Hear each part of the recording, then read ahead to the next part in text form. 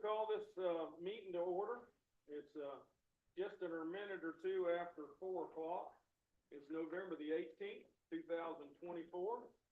Welcome to today's meeting. We got a lot to go through on our agenda, but Mr. Newton is going to lead us in a prayer, and Mr. Thomas is going to lead us in our pledge. So if you would remove your hats, and let's pray. Heavenly Father, we just thank you for this opportunity to gather here in Gilchrist County. Lord, we thank you for, Lord, just this wonderful location, Lord, the people. Lord, we just ask that as we go into this meeting, Lord, that you guide our thoughts and our actions, and Lord, that the things that we do and say would be pleasing to you. Lord, I just ask that you continue to protect our first responders as they continue to protect us. Lord, continue to be with our federal and state representatives. Lord, just help them to do what's in the best interest of our country as we move forward. So we just thank you for everything that you do for us. It's in Jesus' name we pray. Amen. Amen. Address the flag. I pledge allegiance to the flag of the United States of America and to the republic for which it stands, one nation under God, indivisible, with liberty and justice for all.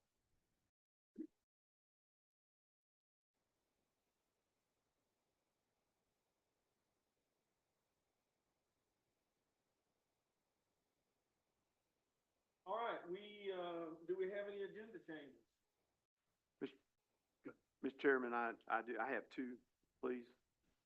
If we could amend my agenda to allow Mr. Gray Smith to address the board, we'll let him go before I start any of my other items. All right, and come up during public comment? No, sir, he'll just, after the public comment, when we start on the administrative report, we'll allow him to come up. All right. Okay. And then also, if we can delete item number 8 under fire, we'll be moving that to the December 2nd meeting. Okay. All right, we have a motion to approve the agenda with the noted changes. Approve the agenda with the change. Got a motion by Commissioner Langford, a second by Commissioner Thomas to approve the agenda with the noted changes. All those in favor signify by saying aye. Aye. All those opposed? Motion carries. You have had a chance to read through the consent agenda. On the consent agenda for the culvert, did the engineer sign off on that? Yes. Okay. Yeah, motion to approve the consent agenda. Second. We have a motion to approve the consent agenda from Mr. Smith. Did you second? Second. Okay, a second by Commissioner Sharon Langford. All those in favor signify by saying aye. Aye. All those opposed? All right, motion carries. All right, we will move on down to public participation.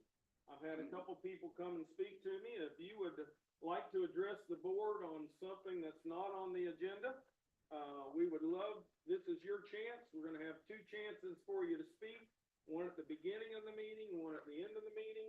So if you would like to address us, now's the time to come on up and tell us your name, and then you can address the board with something. All right, we've got Mr. County School Board, I humbly come before y'all because we're always asking for something. And y'all are so gracious to always come through with everything. But for grading the roads and loaning equipment and donating lime rock and filling sinkholes, and the list goes on, and we appreciate it. I wanted to start with that. Just to update you a little bit, we have been awarded the funding for a new elementary school in Gilchrist County, and that'll help alleviate some of the overloads for our current elementary and also provide additional seating capacity at our high schools, especially in Bend.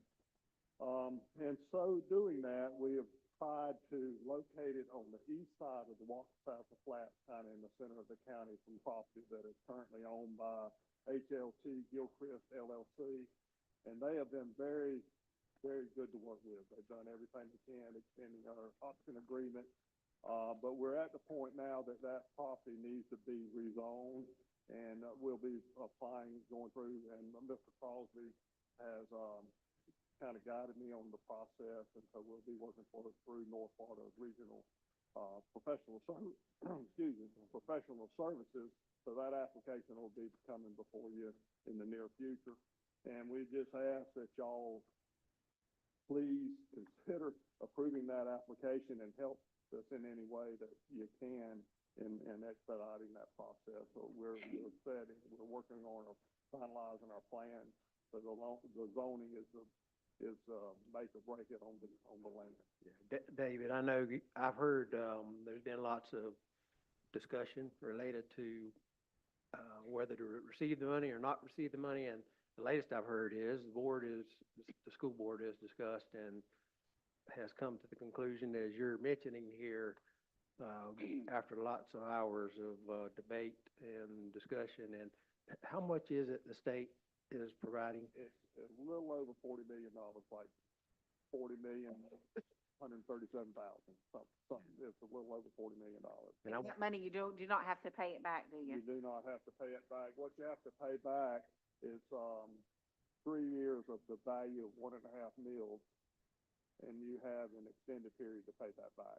In other words, you don't have to do it within 3 years or 4 years. It's just as the board can, pay it back. And I know you all go through an extensive process of ranking, and I think we were, in the top 3, basically, in the state for, We was in the top. Well, we were in the top 3. okay. So the process is you do your application, and then you have to go through DOE, and then they determine if you have a critical need, and then you do a presentation at the state level, which some of y'all participated in that, and then you're ranked. And we were ranked number 3 in the state.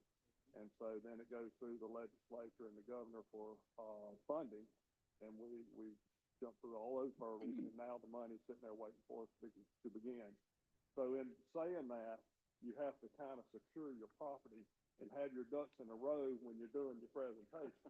And but then you're out on a limb because you're securing your property, but it's not zoned for, and so we're kind of at your mercy now. You ain't got the money to pay for it, you just got a You plan. got the money to pay for it, got the money to build it, and we've worked out the logistics of how to operationally fund it through the years and do the payback. So you think it's a done deal now? It is a done deal. Well, I heard. I mean, as I'm like- far as, if this property was not rezoned, then we would have to go out and search for another piece. Yeah. We gave a lot of thought to this. Yeah. As to how it would serve the county's wide students, not just one end or the other. How many Well, acres? I'm sorry, How many acres? it's 50 acres. Yeah, I heard at first, what Dr. Cerny said, everything was a go. Matter of fact, I went to Tallahassee with them, and we Right. was ranked 3rd and got approved and got all that kind of stuff. But then I heard a couple weeks ago that it might not be, come to fruition, it might not, come about. But now I'm hearing from you that and I heard this week that it was They back voted, on. right, they voted at the last board meeting, and that was some operational kind of expenses. And Well, that- $40 million for them to help us is a good help, a good, and I really believe the need's there. And the saying is, if you build it, they'll come. I believe if we build it, that it'll be to good use. Well, at our current elementaries, and our enrollment dropped just a few this year on the Trenton end, but the Bell Elementary, we're still over 83 students. Yeah. And we have student stations, and that's permanent student stations. We're making up the difference with portables. And what we're trying to avoid is not have a school full of portables. Now, will that allow? Ahead of the curve. Would that allow you to take out-of-county students if need to be from Alachua County or wherever? Well, the law states if you have capacity, you can't close it down. Right. So, we won't, that's not what we're building it for, but Right. it will open. See, we had to close down any out-of-county applicant. Right. We had to close. Because we were over capacity. We're over Yeah. capacity, right. Okay. Well, if we receive students from other counties, we'll get state funding. You will get state funding. So You're all that is based funded on on the the student, full-time not where they student come from, equivalent. right? So that helps the operational cost. Okay. And what major road is this off of? It's off of 47. It's off of 47. Between, and like I say, we, as you know, you have to worry about the wetlands in Gilchrist County. So we Right. got on the east side of Waukesha Flats, but on the west side of the county, on west side of 47, and as far in as we could to stay away from the Alachua County line. And, so it. A good reference would be where all those sand them pines were planted, That's right. it's right in that area, Right. right? Have you seen where they cleaned it off? Yeah. Right, that's where it's cleaned off. It's And about a what- mile and a quarter north of 232. Right, and they kind of went out on a limb, HLT, I'm gonna have to congratulate them, praise them a little bit. They went ahead and harvested the timber under the ag zoning, so it wouldn't impact us and dealing with all that, under this, hopefully the new zoning. Okay. So, Questions? All right, well, any thank more you very questions? And I appreciate y'all's consideration. And this is coming up, in the next month or two? We're working, like I say, we've applied for the application and working and using, Brandon with North Florida, professional service to kind of guide us through what all he needs. So you hadn't bid it out yet? You wouldn't have bid the construction out yet? No, sir, no, sir. We'll actually, the RFQ will go out this next weekend in the Gainesville Sun and for 2 consecutive weeks. All right, thank you, Mr. All right, Prince, thank y'all, appreciate it. appreciate it. All right, anybody else? Yeah, come on up.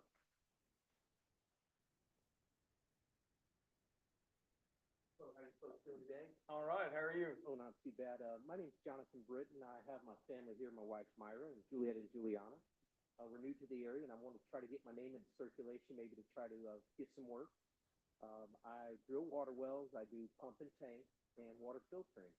And I have 2 students that are part of that 83 you were just talking about at Bell. And I'd like to become part of the community and see if I don't want to change anything. I just want to become part of it. And that's why we're here today, to let you know that you do have other services available besides the ones that are here right now. I do appreciate your time and giving me the opportunity, and afterwards I'll try to be a little more business, maybe hand out a few business cards and stuff. Anybody has any questions afterwards, I'll hang out with the kids for a little bit and we'll see where we go from there. All right, well, thank you very much. And Good thank luck you with for your your time. business. They are a part of the community. I met them, a couple nights ago at a Bell football game, and, they were there with their kids, and, seems like a really nice family, wants to be involved in the community, and their first comment is, we don't want to change anything. We want to keep it just the way it is. That's why we moved here. And I said, that's good, because, you know, the old thing is, some people want to move in and change it immediately, and so, we're glad to have you in the community. Good luck with your business and everything. Thank you, sir. All right, anybody else, public comment? All right, we will move on then. No constitutional officers here. We will move into, our county administrator's report. Yes, sir. We'll ask Mr. Gray Smith if he will come up, and it's part of my agenda change. All right. Good afternoon, board, and thank you for the opportunity to speak, especially Daryl for the invitation and reminder. I think I know all the board members, but for the group, my name is Gray Smith. I am president of the Gilchrist County Farm Bureau, and I'm here today representing the Farm Bureau in that behalf, okay? This week, is a special week for folks involved in Farm Bureau in appreciation of the relationship that farmers and ranchers have with their urban neighbors. Annually, the President of the United States designates this week as Farm City Week. So we try to, come up with different ways to celebrate that, to highlight it. Farmers and ranchers rely on these essential partnerships for a multitude of reasons, as you all know. Processors, bakers, truckers, shippers, advertisers, wholesalers, retailers, all provide a critical urban connection. And, as the demographics of our county change significantly, in addition to celebrating that connection that we have with our urban neighbors, we also try to make an effort to educate folks on our rural county and the ag production practices that take place here. We all know the significance of agriculture in Gilchrist County. It's been the foundation of our county for a very long time. I've got just a few statistics. Some of you are probably well versed in these that I want to share with you quickly. Thank you.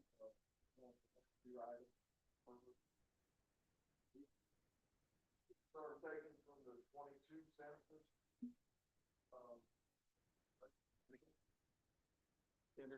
I'm got here. from the 22 census, but there's some things about our county that really highlight the significance or the importance of agriculture. On the first page, you'll notice, in 22, the number of farms we had in the county was 549. I think the 24 numbers, that's decreased a little bit. I don't know how much. Maybe of more significance, if you go down to the next highlighted line on page 1, the total market values of products sold, ag products sold out of Gilchrist County, exceeds $216 million annually. That's a lot of cows and watermelons. Yes, it is. And you'll notice the total farm expenditures, the next line is 165 million plus. Much of that money coming back to the county through feed, fertilizer, mechanical supplies, and so on and so forth. So, the impact that our ag producers and businesses have on this county is undoubtedly very significant. If you'll flip over to page 2, you'll notice the first highlighted line is they have it listed as vegetables, melons, potatoes, and sweet potatoes. I don't think we have a whole lot of sweet potato production, but we do have a significant melon production. And that number there, if you add 3 zeros to it, because it's in thousands, that's $53 million plus every year that's generated by our melon growers. And we also have some guys that are moving a lot of squash and jutes and some things like that as well. Our rank in the state in that capacity, if you move over a line, is 8. We're number 8 in the state, and our rank in the U.S. is number 80. So that's a pretty significant number. And then if you bump on down to the next highlighted line, you'll see that the sales of milk in the county, again, add 3 zeros, you come up with in excess of $128 million in raw milk that's sold in Gilchrist County.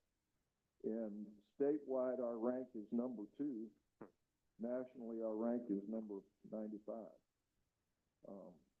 So our dairies are pulling a lot of weight there. Jump to page 3. Only one thing here. You'll notice that 1295 at the top. That's the number of people employed in agricultural positions in Gilchrist County. I would again probably defer to our dairies. I don't know how much of that belongs to our dairies, but I imagine it's significant because a lot of our producers don't employ large numbers of people. And then finally, the last page, if you go to it, near and dear to my heart is the number of cattle and calves in the county. And that's in excess of 38,000. That includes beef and dairy. Beef cows that have calves is 6,000. Milk cows is 18,700. Those are 23 numbers. If you go to the next column, you'll notice that our beef cows have decreased by about 100 head. I'm sure that fluctuates here and there. And our dairy cows are up by about 1,000 head, so almost 20,000 dairy cows county. So those are just a few statistics that kind of remind you. And with those numbers, we can still say we live in a county that has more cows than people. It's mighty close. That gap's closing, but yeah, we still got a little room, don't we? Still got a little room. So that's just a reminder to everyone of how important agriculture is to our county, continues to be to our county, and how we need to try to do everything we can to support and advocate for those people that are still involved in those vocations. And then finally, hopefully some of you have received mail where you got an invitation. I understand the mail in Trenton's not real reliable on occasion. But if you haven't, I want to extend to you a personal invitation, and especially your grandkids. Not insulting anybody by saying grandkids. That's a compliment. I want to make sure everybody's old enough for grandkids. To our celebration, Gilchrist County Farm Bureau, this Saturday, November 23rd, from 9 a.m. to 1 p.m., we're going to set up at Trenton Library, and we will have a display of equipment, livestock, several vendors, and beehives, and water conservation, and so on and so forth. Just kind of a food trucks will be there. food trucks, just kind of a cross-section of some of the things, that we're doing in the county, so folks that aren't, I know most of you are familiar with it, but we've got a lot of folks here now who don't know and don't understand where that food comes from. So it's an opportunity for us to kind of showcase what we're doing and hopefully get some folks there. Last thing I want to mention real quickly, I mentioned there were 549 farms. Out of those 549 farms, over 350 of those farms are enrolled in something we call BMPs. Those are best management practices that were developed by FDACS, Florida Department of Agriculture, Consumer Services, and Swanee River Water Management District. And essentially what those are conservation measures to ensure that people involved in agriculture are good stewards of the land, protecting our water, protecting our soil, natural resources, wildlife, and so on and so forth. So, I think everybody knows that farmers are the best conservationists, and especially in this part of the country, we're doing an exceptional job of trying to ensure that we maintain those resources. So thanks for your time. Hope to see y'all Saturday if you make it. Thank you. And that goes from Brown as well too, Saturday morning, 9 o'clock, from the library. Thank you for the invitation, but I'll be in Virginia. But I'll be thinking about it. No, it's great what you're doing. I know about it, so you're doing super fantastic. Well, thank you for these outside, y'all need to look, anybody wants to look at it on the way out, so you can see the details. Greg, we appreciate what you Yep. at Farm Bureau and the other ag associations. I know Jessica's here with the county extension office, and they do a lot as well with 4-H, and we appreciate everything you do. Looking at our top 10 taxpayers in the county, there are quite a few big ag operations that are part of that. So they I'm sure. contribute from a property tax quite a bit as well. And so we appreciate everything that they're doing, and we're definitely going to have to continue to do things to help keep you here. That's what we want. Yeah, yes, the land values the way they are and how, only get into the solar thing and all that stuff, but there's a lot of opportunities for farm dispersals if we can't cultivate and maintain those. Thank you very much. Thank you, Greg. We appreciate it. All right, everybody, that's Farm City Week at the library here in Trenton, this Saturday from 9 to 1. Bring the grandkids. There'll be all kinds of equipment they can crawl on top of and sit in. And I know we got a petting zoo, and there'll be a aquaculture display, and there'll be some booth sets up, and there'll be food trucks. So lots of other things. So Farm Bureau, a lot of people think of them as insurance, but the Farm Bureau Federation is here to promote agriculture and let people know what we're doing. So I guess that's a cheap plug for them, but I know they do a good job, so we're glad to have them in. So, all right, thank you very much. We will now continue with number 6. Yes, sir. Number 6 is Road Department. It's time of year again when we pick out our Scrap and Scott projects for the FDOT program. Just to bring everybody up to date, we have County Road 138, we have a contract on.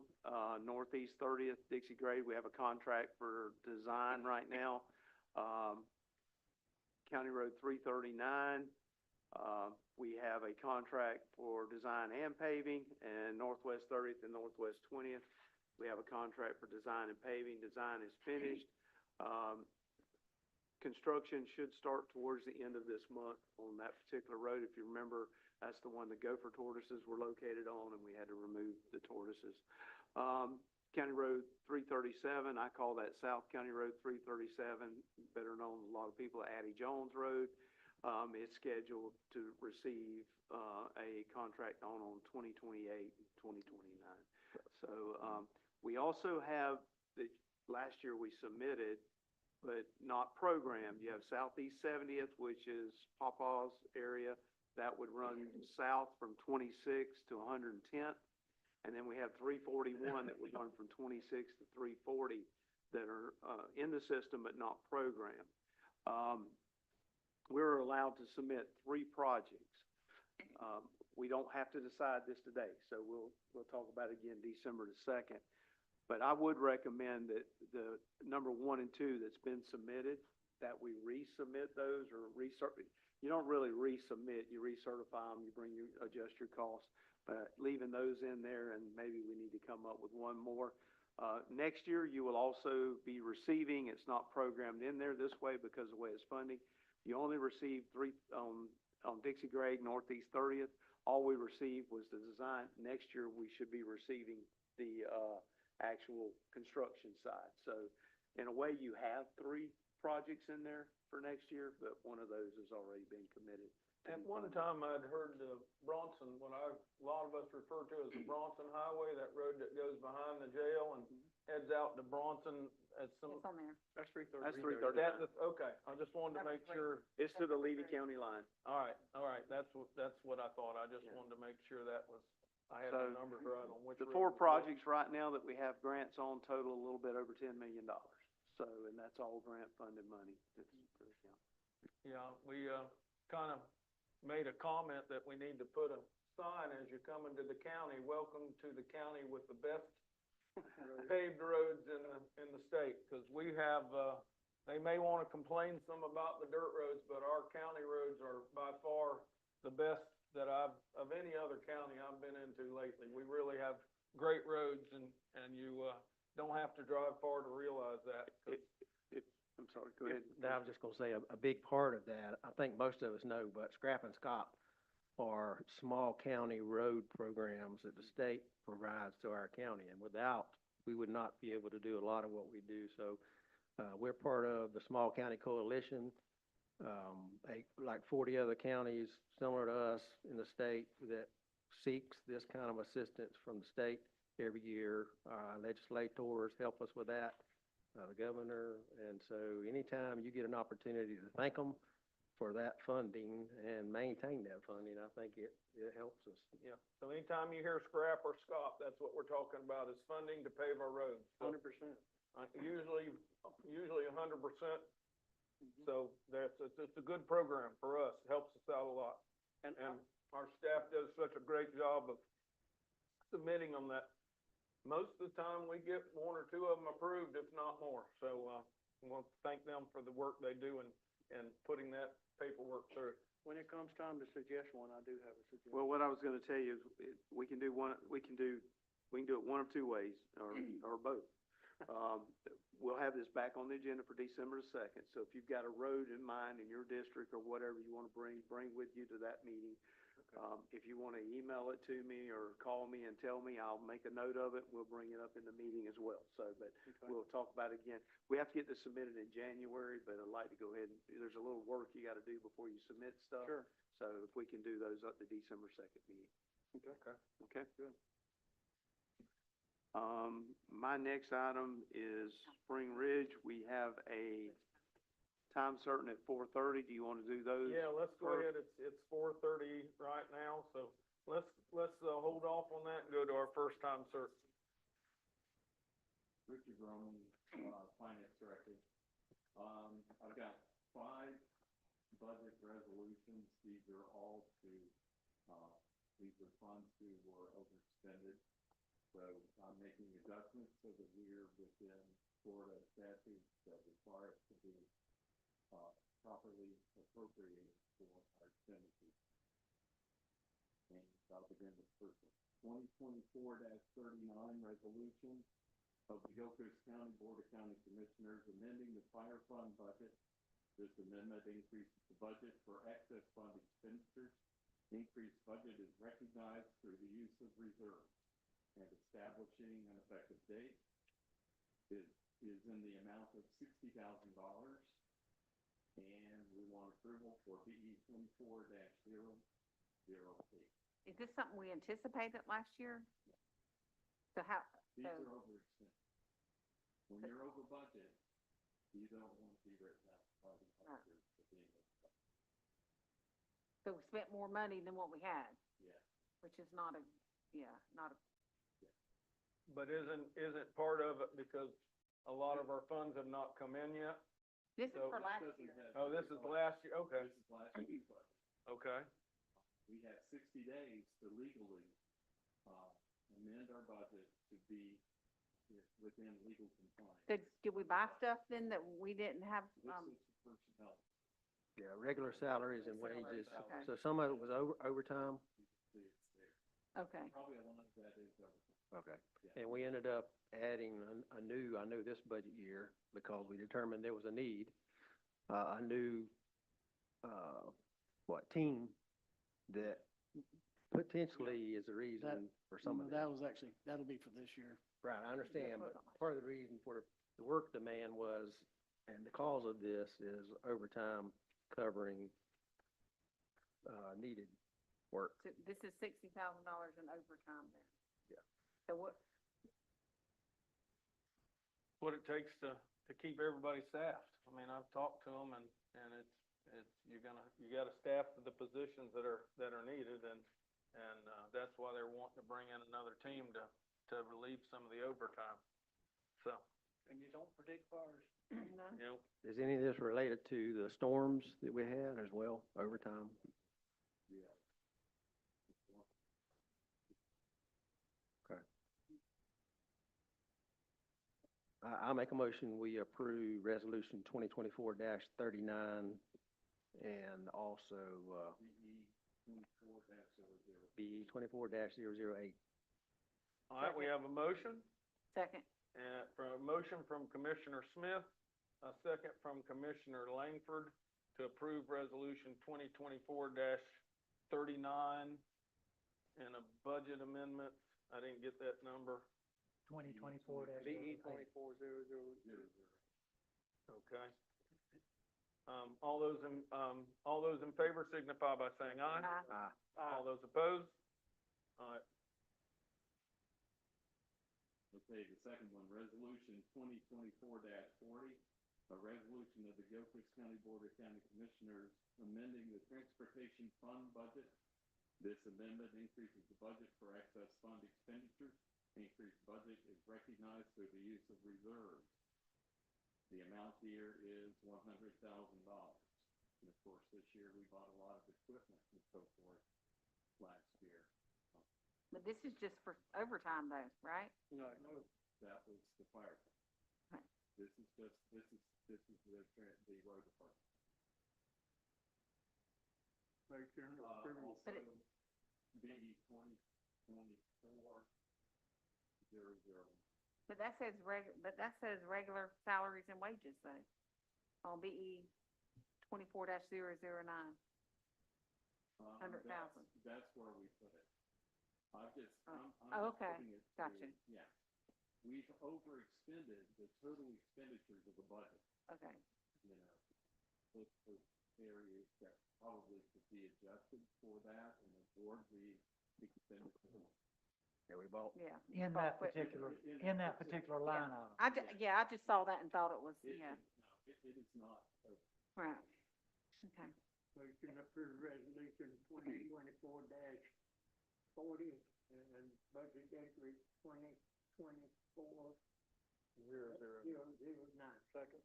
all right, we have a motion by Commissioner Thomas and a second by Commissioner Langford to approve resolution 2024-40 with amendment item 2024-009. All those in favor signify by saying aye. Aye. All those opposed? Okay, motion carries. Resolution number 2024-41, a resolution of the Gilchrist County Board of County Commissioners amending the State Housing Initiative Program, SHIP, fund budget. This amendment increases the budget for housing expenditures. Increased budget is recognized through the use of unanticipated revenues and establishing an effective date. So we had more revenues come in that could be used for this purpose. It is $100,000 and it is mainly down payment. Motion to approve resolution 2024-41 Also BE. and budget entry 24012. Second. 24. What was the budget amendment? 24? 010. 010. We Yeah. like All right. we like the unanticipated. Yeah, we like those. All right, we have a motion by Commissioner Langford, a second by Me, either one. Commissioner Thomas to approve resolution 20-42 with, budget amendment 24-010.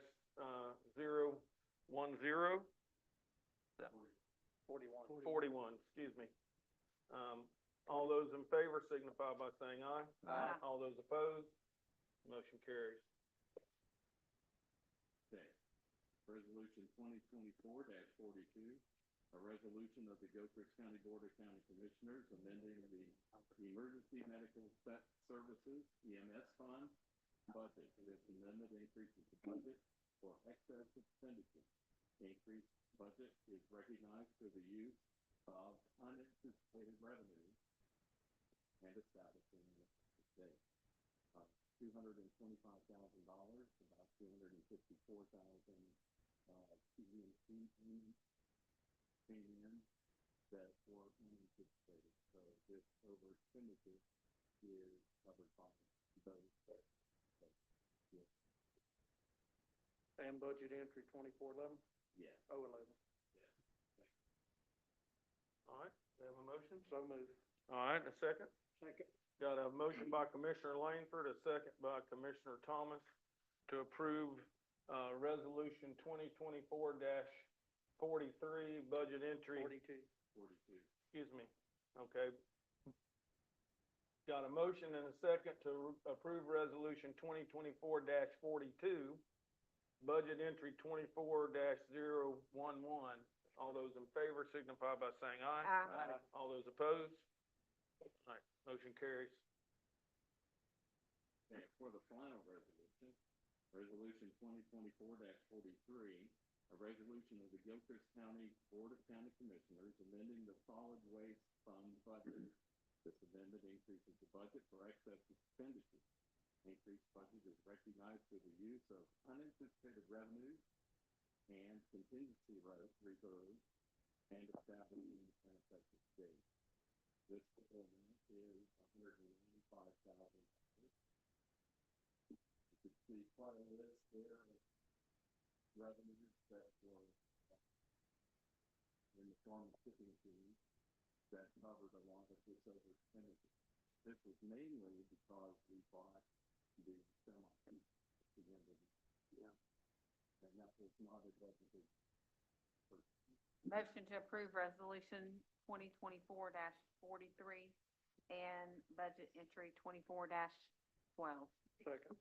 I got a motion by Commissioner Sharon Langford, a second by Commissioner Tommy Langford to approve resolution 2024-43, which is a budget amendment 24-012. All those in favor signify by saying aye. Aye. All those opposed? Motion carries. All right, thank you very much. Yeah, Richard, can I just, Yeah. all of these we discussed and debated and approved, this is a formal process of the budget to meet state requirements, right? Just to make sure everybody's clear on. Yes. Yeah. You cannot overextend your budget anyway. Okay. It is, a lot of it, we talked about the revenues that we have to cover the expenditures, but the expenditures are what drives the appropriations for the government that we have. Can you tell Washington DC that? I wish. Everybody else has to have a balanced budget, but yet Washington DC can just Even fire the, up the printer. even the state does it. Yeah. Yes, even the state. All right, we, have just a few minutes before our 4:45, time resolution, time certain. So if you want to go ahead, Mr. Crosby, with your next item. My next item is, still under number 6, Road Department, and it's the Spring Ridge Road paving. If you remember, we, went out for bids for repair and paving of the roads. The low bid was, Hicks Asphalt Paving and Concrete, and the amount of, that bid was $2,302,537.13. They were approved as the low bidder for us to go back and negotiate with, to see where we could save some cost and, work on that. We did that. We actually, met with Mr. Shelderbrandt, Mr. Meredith, Mr. Gray, Mr. Kevin, and, Mr. Tommy Langford, met with Commissioner Tommy Langford. And after going back and, Gray spent quite a bit of time on this, and I want to thank him for, the time, or Hicks, for doing all this work. We really appreciate it. But the, amount they came back with is $1,276,060.65.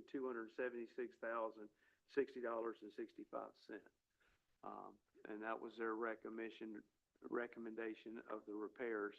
You can see a number of items were reduced. And will you scroll up, Ms. King? And here's a list of the items. And then if you'll go up one more, I believe, and here's a map. If you'll notice, I don't know what happened up there.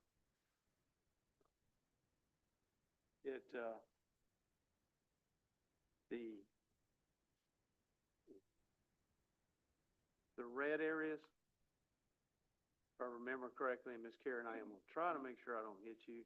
There's more than I can point out right there, are the worser areas, okay? And, but this quote is all roads, and please correct me if I'm wrong on this, but all roads would be resurfaced within there. Includes all of your, any driveways that would have to be fixed to match the paving, also any shoulder work that would need to be done as well too. So, that is the contractors here. If you have any questions of the breakdown, and we took out several items, and reduced it quite a bit. But at the same time, don't feel like we, reduce the integrity of the job. That was my next question. All those things cut out, is our integrity of the road still gonna be, comparable to what it would have been if those things hadn't been cut out? Because this is, has been something that Spring Ridge and we have been dealing with now for, gosh, a long time. And I think everybody, including the residents at Spring Ridge, would like to put this thing to bed. So we're hoping that if we're gonna spend this money, that it's gonna be done, to the satisfaction of everybody. And so, I appreciate Mr. Gray and Hicks for working with us and trying to get a little bit more in our area to be able to do it. But I do wanna make sure it's gonna be a road that's gonna hold up and everybody's gonna be happy with it. Any of our Spring Ridge residents want to comment on this before? First of all, let me. Okay. I got with Richard and Todd, and I asked them, what kind of options we might have as far as paying for it. We've got to do it. There's nobody denying that. But, they gave me, Todd gave me an option today. I can run it by you real quick. First of all, we could pay it out of reserve. It's 1.2, but I don't know if we want to do that. So the other thing was, Todd said the Florida Association of Counties did have a program. We could finance it for 5 years, and the interest rate would be comparable to what we're receiving now on our fund balance. So it'd almost be a wash. As a matter of fact, we might make $1 or $2, but at the same time, instead of, we can go ahead and have the project done, pay the contractor to do it, and get it financed for 5 years, and pay so much for the next 5 years until we get it paid for. If we have some unanticipated fund, or we have a good year next year, we could pay it off at any time if we wanted to do that. We would be paying somewhere around $300,000 a year for 5 years, rather than paying the 1.2 now. But we would be getting the job done, completed, behind us. Spring Ridge is already paying their part. I feel like if we start paying our part, get the job done, get it behind us, certainly would be the way to do it. And when we get through, we'll decide what we want to do. But I just wanted to inject that in and let them know that we do have an option or two here. Yeah. Question, Tommy or maybe Todd, finance guys. Spring, I know they've committed to doing this, and financially, I guess is what I'm trying to spit out. roughly 500 or 600,000 is what they've agreed to pay their part on this. And so, is anybody that's maybe out there not aware of that, there's a percentage that the residents are paying, committed to paying, yeah. So, I mean, it's really, 30-40%, I think, of the total is what it appears to me, based on what y'all have come up with. And, the other question I had was, we appreciate Hicks and, Mr. Gray for working to reduce the amount, but is there anything else that we could do? I mean, that's a question. I'm guessing you're gonna say you've done everything you can do. But I think we deserve, I mean, we gotta ask that question. Okay. I will say that we've, Just tell us your name real quick, just for the recording. Everybody knows you. You're on this side now. kind of fun. Bob Gray, with Hicks Asphalt Paving and Concrete. We have been back, I believe, twice, Marty, since we did the job, trying to skin this thing down as best we can. And I feel pretty confident that not only have we really reduced it almost half, but, we feel pretty good about, we're gonna treat the really bad area, the whole road, we're gonna be new surface, but like the corners, if you notice, some of them are really shot when you drive through there and certain areas are straight away. We're talking the whole 6 miles, the whole thing. subdivision, right? Yeah, That's we're not what- cutting corners on anything, we Right. just went back and kind of looked at it a little closer to see the worst areas, what we had to do, and then top everything. But we're gonna have to still pull up most of those millings are all, I believe, all coming up, so. But we feel good about it, and we can form through the work, and we're gonna do the tie-ins at the driveways, all the things. And thank you for working with Yeah. us on this. And I told Todd in the meeting, I feel like he's done everything he could possibly do it other than donating, and doing it for free. But, he has really worked with us on. And if anybody understands this issue, number one, I got two of my adults that have been living there. That's so right. we wanna fix it, but y'all don't know, my ears got burned on this pretty good before I said. You was up here one time. You was This has up been here. going on a long time. I just wanna give, we tried something, okay? We put the millings down. We did. And it didn't work. Okay? Everybody knows that. But I just want the roads fixed. I want them fixed right, and I believe you'll do that. I trust you. I believe you. I want them to last as long as possible, for their benefit and ours too. And they are county roads. That's another thing that the public needs to know. These roads are dedicated to the county, so we're not paving Spring Ridge's roads. We're paving our roads that exist in Spring Ridge. So, And the residents have contributed towards that. and they're paying, part of the bill. So it's a countywide, I mean, a good project for us. But I just want to get it done, get it behind us, get it over with, get it paid, get you paid, and go from there.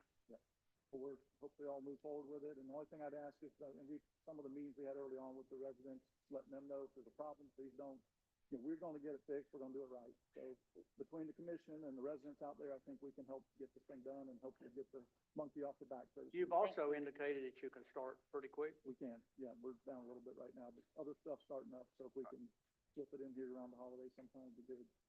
Good. I'm sure they'd be happy for that. Okay. Silly question, Todd.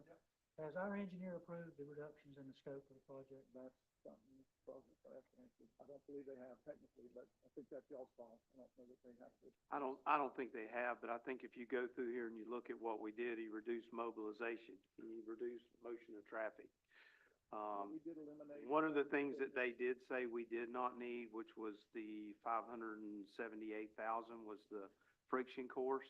That's kind of required on a DOT road where your speed limits could be 60, 55 and up, not really required within a subdivision, with that type Yeah, I of talked to travel. the engineer myself, and she told me that was not necessary in there, so that's $500,000 right there that we didn't have to do. We took out the thermoplastic, which is, the striping, which is very little striping in this anyway. And the county has a striping machine, so once they finish, we can go do the striping at a lot lesser rate, for us. And then the performance turf sod, if we need any sod when we get through, the county, we'll have to add that with what we, in a way, really don't expect to use a lot the way this road's designed, because you just don't get into the sod much here, like you would on a regular road where they're cutting out 3 feet of the side of the road, widening it, so. All right, any other questions? All right. Anybody else wish to comment? We're not required, but if you would like to comment. Jim Meredith from Spring Ridge, Gilchrist County. Really, just about everything I was gonna say has already been said. So, first of all, Mr. Martin, yes, thank you for the questions that you had about, the quality of the work that's going to be done, because that was a concern of ours as well. But, we were given the opportunity by Mr. Crosby, Mr. Langford as well, to participate in the meetings, to hear what was being cut, what was needed, what wasn't needed, and, feel satisfied that we've really got what we need without so much more of what we didn't need. Very good.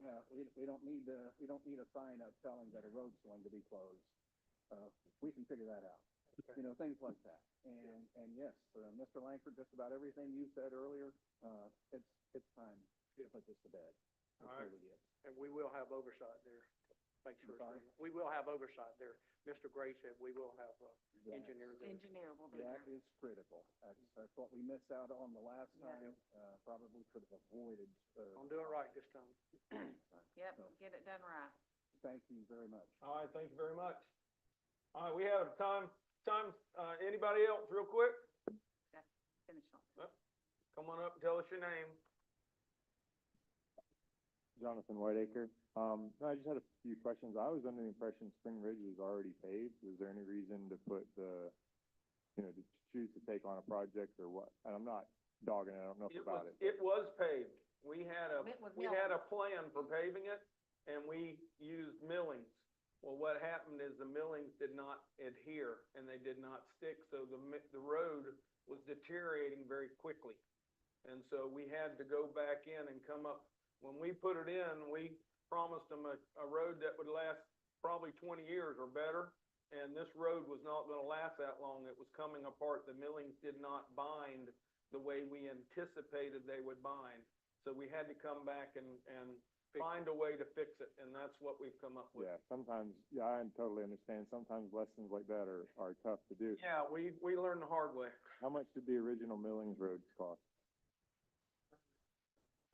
About $500,000, somewhere I'll around. say I commend you guys for working on saving, that amount towards it. Just curious. Thank you. Okay, all right. I think it's a good question you ask, and, what we learned is cheapest is not always the best, and not for long-term solutions, and so, I mean, I'm not against doing the Yeah. road. I understand that there are things, one day I hope there's some different roads that'll get paved, so I'm happy we're doing it.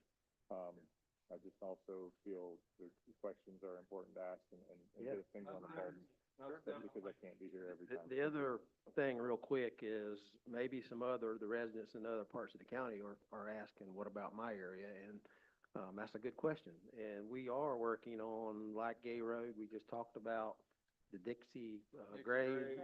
We're working on, and we've, bought a piece of machinery to work on, some of these other roads to remix lime rock, and we've discussed chip and seal. So this is not, Especially if we could still keep working on the ditches. I feel like the ditches Right. on some of the roads would help a lot. Sorry to get off topic of that. And then additionally, some of the roads that we're repaving, I know it's a grant. I think it's a state grant, correct? State grant.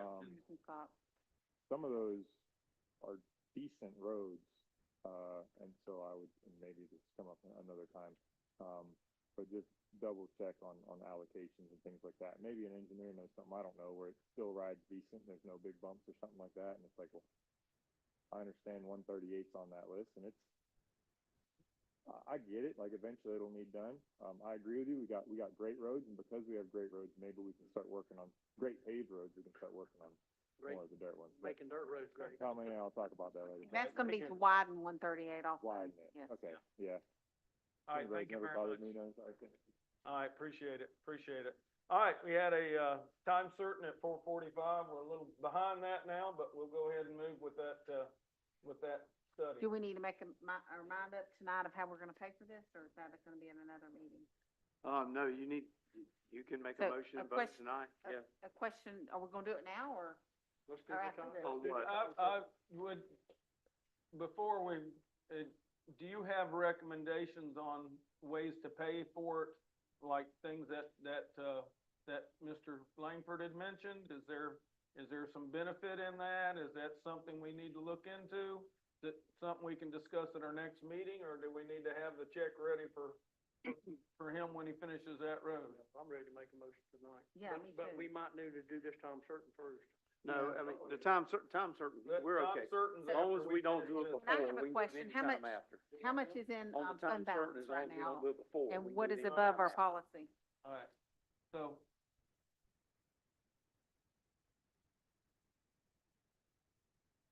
How much is in, Around 14 million, and then what's our policy? right at 9. so we've already got the money available.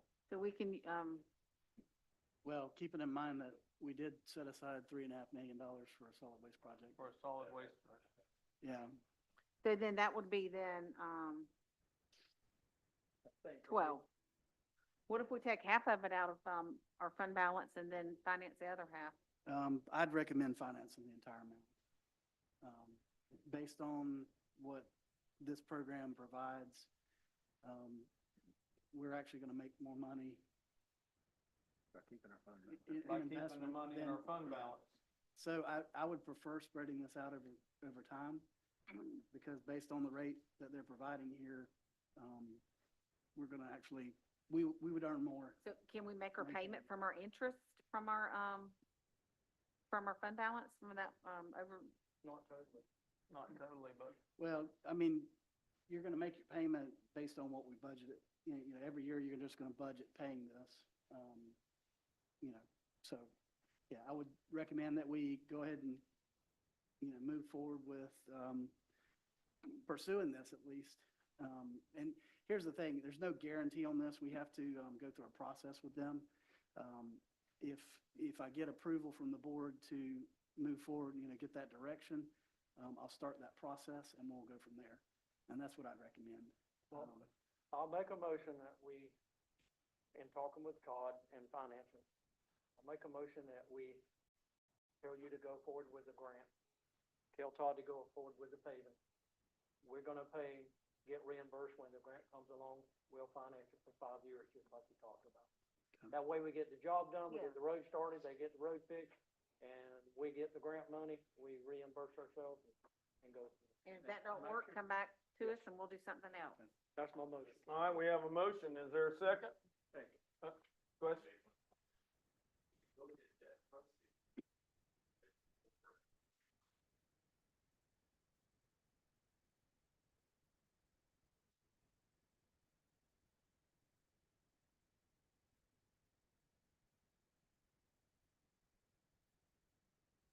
Correct.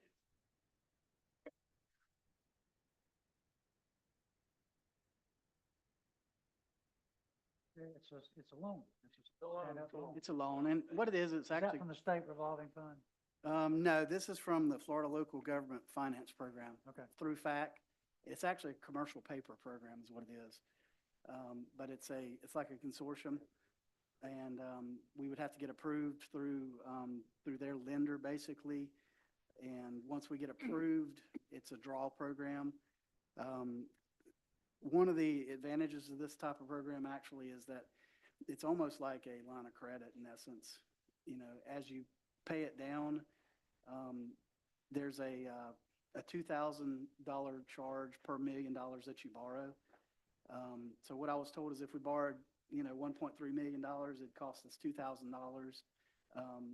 kind of to enter the program. But if we pay that down, down the road, we could actually, if we had another project, we could actually borrow the funds back, not have to pay that $2,000 again. But there is a fee, to get approved, once we go through the process. Basically, the underwriter, does charge a fee. It's kind of like, basically doing a bond issue in essence. I guess I'm just asking about the timing issue. If you make the motion to begin the work, or how long it's gonna take to have the funds to pay, Hicks. We have the funds paid. I mean, we're really, in essence, we have the funds that we can pay for the Out of your- project. Yes. We have the ability to pay. It's not really a timing issue. It's really more of how are we gonna pay for it long-term? Well, if I read you correctly, though, in previous meetings, you were concerned that it was very difficult to reestablish your fund balance once you took the money out of the fund balance. Correct, but in essence, once we get the funds, that's what we're doing, we're replacing it. So this is really just a timing issue Okay. of, if we pay for the project within the next, Sorta like we have 90 to to- 120 days, we should have the funding. Sort of like within we that. have to do with our ad valorem collections. Correct, correct. We have a motion made by Tommy to, let Mr. Newton move forward with, this grant for paving the roads at, Spring Ridge. Is there a second? All right, got a second by, Commissioner Thomas. Now, this motion, what this is gonna do, if we pass it, that's gonna, approve the, contract with Mr. Hicks. No? Right. But Okay, we gotta do that Well, separately. we'll have to have a contract. It's gonna approve the amount, The amount, okay, subject to us getting a contract together. with Hicks, Yeah. okay.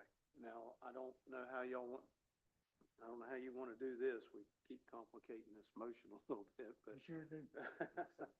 Do you want to do the contract execute the contract based on the attorney's approval, or do you want the contract to come back to you? I wanna approve it I based think- on his approval. Okay. And move the Well, we project just need to know that because policy says we have to bring it back, unless y'all tell us today we don't have to bring it back. Okay, That's correct. okay. I want it to move forward. Absolutely. All right, the motion has been made to let Mr. Newton move forward with trying to get the grant. And the contract, we're gonna go ahead and get Mr. Lane to reapprove it, to approve the contract when we get it. And so Mr. Hicks and Mr. Gray can go ahead and move forward with paving it. And then as this money comes in, if we get the grant, then we can reimburse ourselves, the money back into the fund balance. All right, we got a motion by Commissioner Langford, a second by Commissioner Thomas. All those in favor signify by saying aye. Aye. Aye, all those in favor? All Opposed. opposed, excuse me. All right, we were all in favor. We're all in favor, no one was opposed. I'd like to say something, Mr. Gray. Mr. Gray, I'm proud that you're taking up the Hicks paving. I'd hate to see that thing go away with as much as that young man put into it, and I'm proud of you for taking it. That's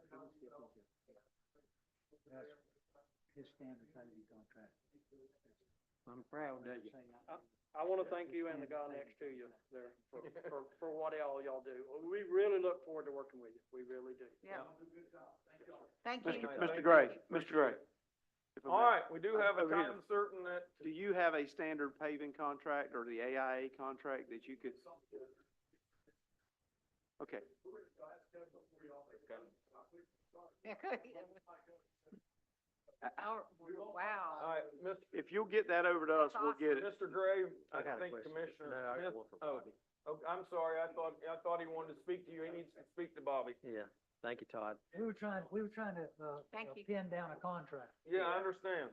Yeah, Bobby, kind of related to this though, we've discussed, doing some things on highly traveled graded roads. Mhm. And I know we've done some traffic counts and we bought that piece of machinery and can you all, you and Rodney and others bring back a plan, in the near future to, here's what we'd like to do.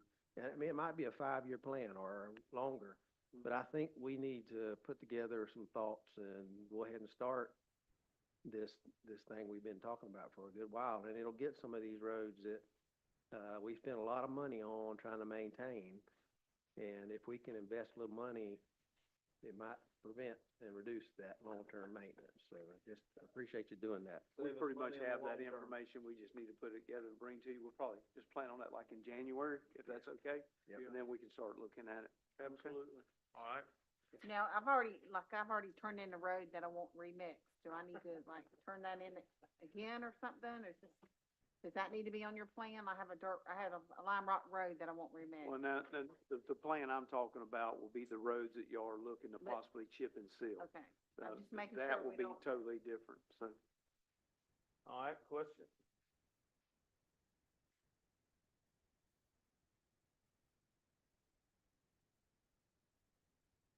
We Bruce Shaw and Brand from Spring Ridge. I don't have a question. I just want to thank everybody, all of you. I know I've been a little bit, antagonistic, but I just want to thank you from the bottom of my heart. I am so happy today, and I appreciate all of you, every one of you. Thank you. Thank you. You can't be Thank no y'all. happier than I am. Yeah, It's And been you a know long it's gonna road. be starting very soon too. yes, yes. Hopefully before the end of the new year. That is But- wonderful. But I kinda got the impression, is that what you're thinking before the new year? Yeah. If we can get the contract part in place, it looks like they'd like to start Friday. That's pretty quick to get a Oh, that's contract. pretty but, quick. yeah. Maybe as early as Friday, but don't hold us to that But one. probably pretty soon, yeah. Don't hold us to that one, but, Now the holdup with the And then, attorney. Mr. Jim, Mr. Meredith, you'll update on your website that it passed and they're gonna be starting soon. Okay. okay, thank you very much. Thank you. All right, we did have a time certain at 4:45, and we're a little past that now, but, we got a lot of business conducted that we needed to, so I appreciate our time certain people waiting on us. But we do have one, it's a public meeting for a vulnerability study, so we'll go turn the floor over to them. Yes, sir. Please come on.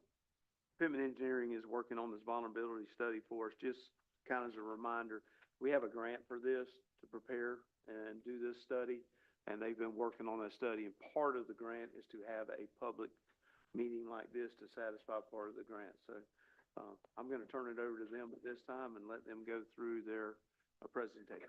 All right, thank you very much, appreciate it. Good evening. It's Brian Pittman with Pittman Engineering, and also Jimmy Pittman with Pittman Engineering.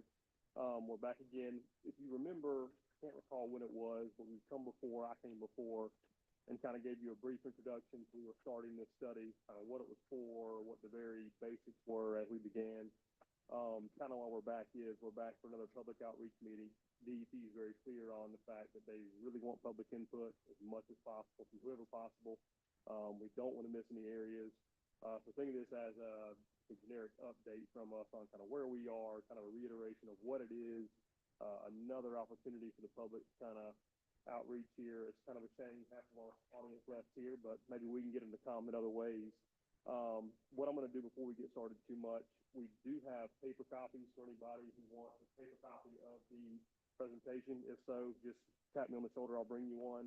I also have a sign-in sheet. We wanted to get a proper expectation or a proper accounting of who actually stuck around for this.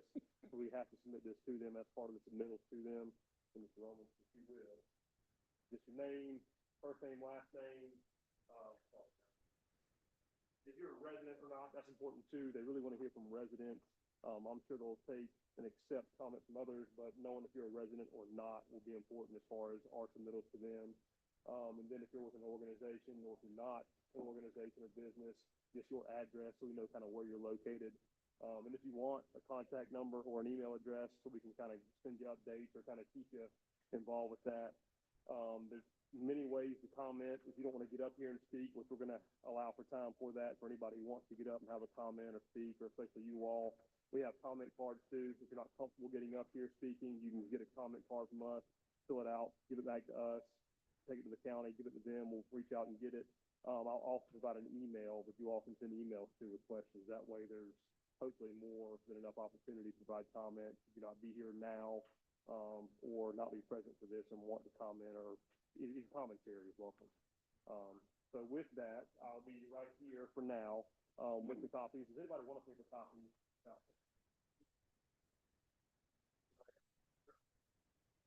You will also be, since you can also get a copy of this is the agenda for today. So for those that want a copy, an electronic copy, it's in the agenda for anybody who might want.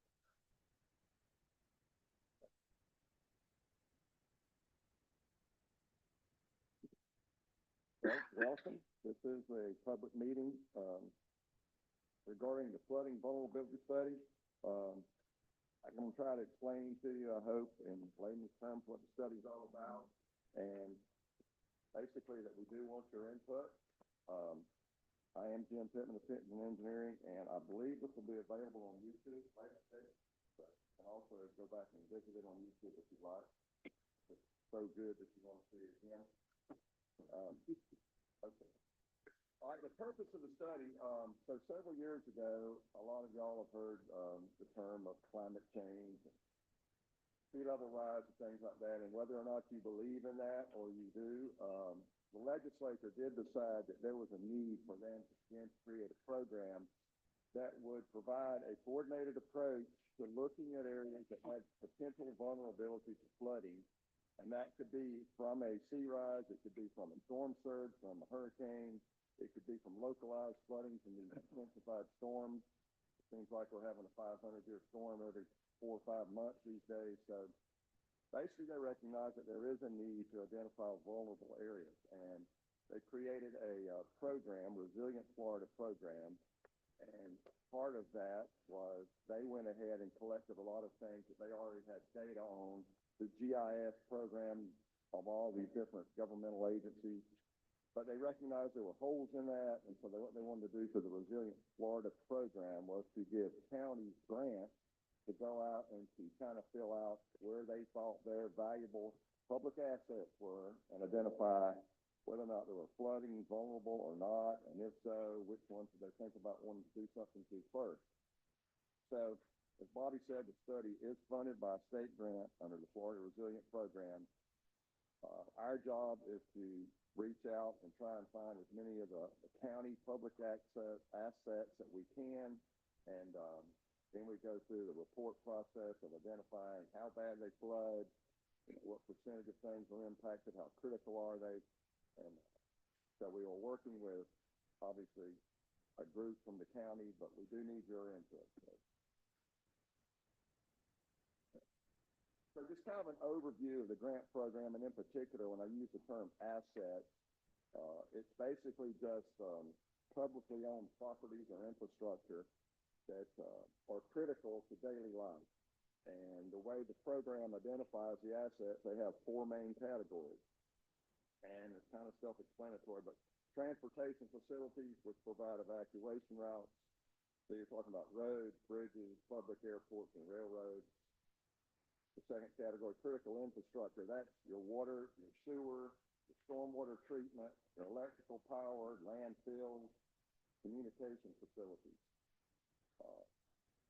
Third category, critical community emergency facilities, your schools, your jails, your prisons, EMS, hospitals, healthcare, and state government facilities. And then finally, they have an asset category, natural, cultural, and historic facilities, things like parks, surface waters. We have the river that runs all around us here, wetlands, and historic and cultural assets. So those are the 4 main categories.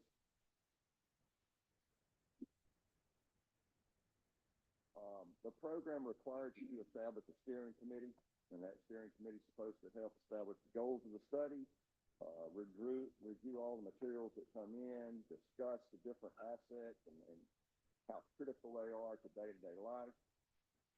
The steering committee currently are those you see on there. We have representatives from the local municipalities. The city of Fanning Springs actually has gone out and secured their own grant to do an independent study that's being done by a separate consultant. We do have Mr. Lancaster on the committee as a liaison to make sure that our 2 studies kind of say the same thing when we get done. So the committee will also have discussions with you, the public, and a lot of local officials, whether it be school board, road department, economic development. All these different groups will try to make sure that we gather input from them, that we have a diverse and socio-economic input from all over the county. So I don't want to get too technical on you, but we're gathering all the assets that we've been asked to consider, and then what you do is you look at them for a bunch of different things. Sea rise, we don't necessarily have to worry about too much here in Gilchrist County, I hope.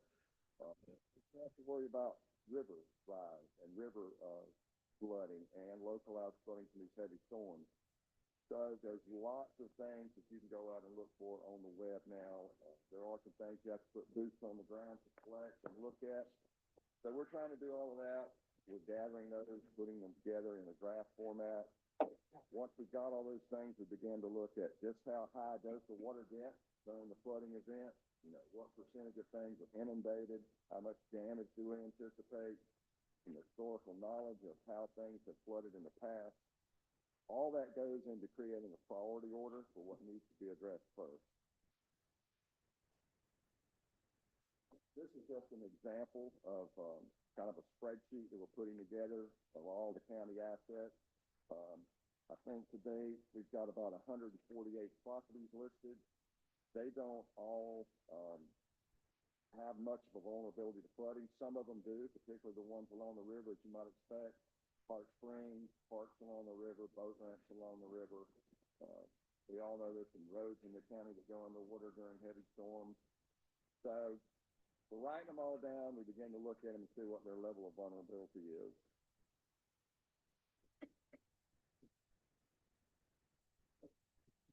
And along with having the spreadsheet, we are charged with creating a GIS map, and that's something that will ultimately be available on a website.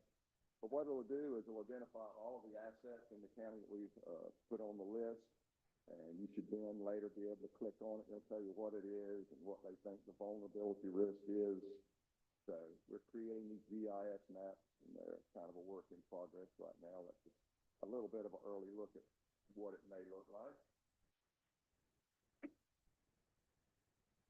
So we go through that process of identifying, gathering input from you and from everybody that we can, and then we begin to prioritize it based on the amount of flooding impact. And the whole purpose in doing that is the state wants, one, to create a master statewide plan, and they want the recommendations this study comes up with to become a part of the county's, what they call local mitigation strategy for flooding impact.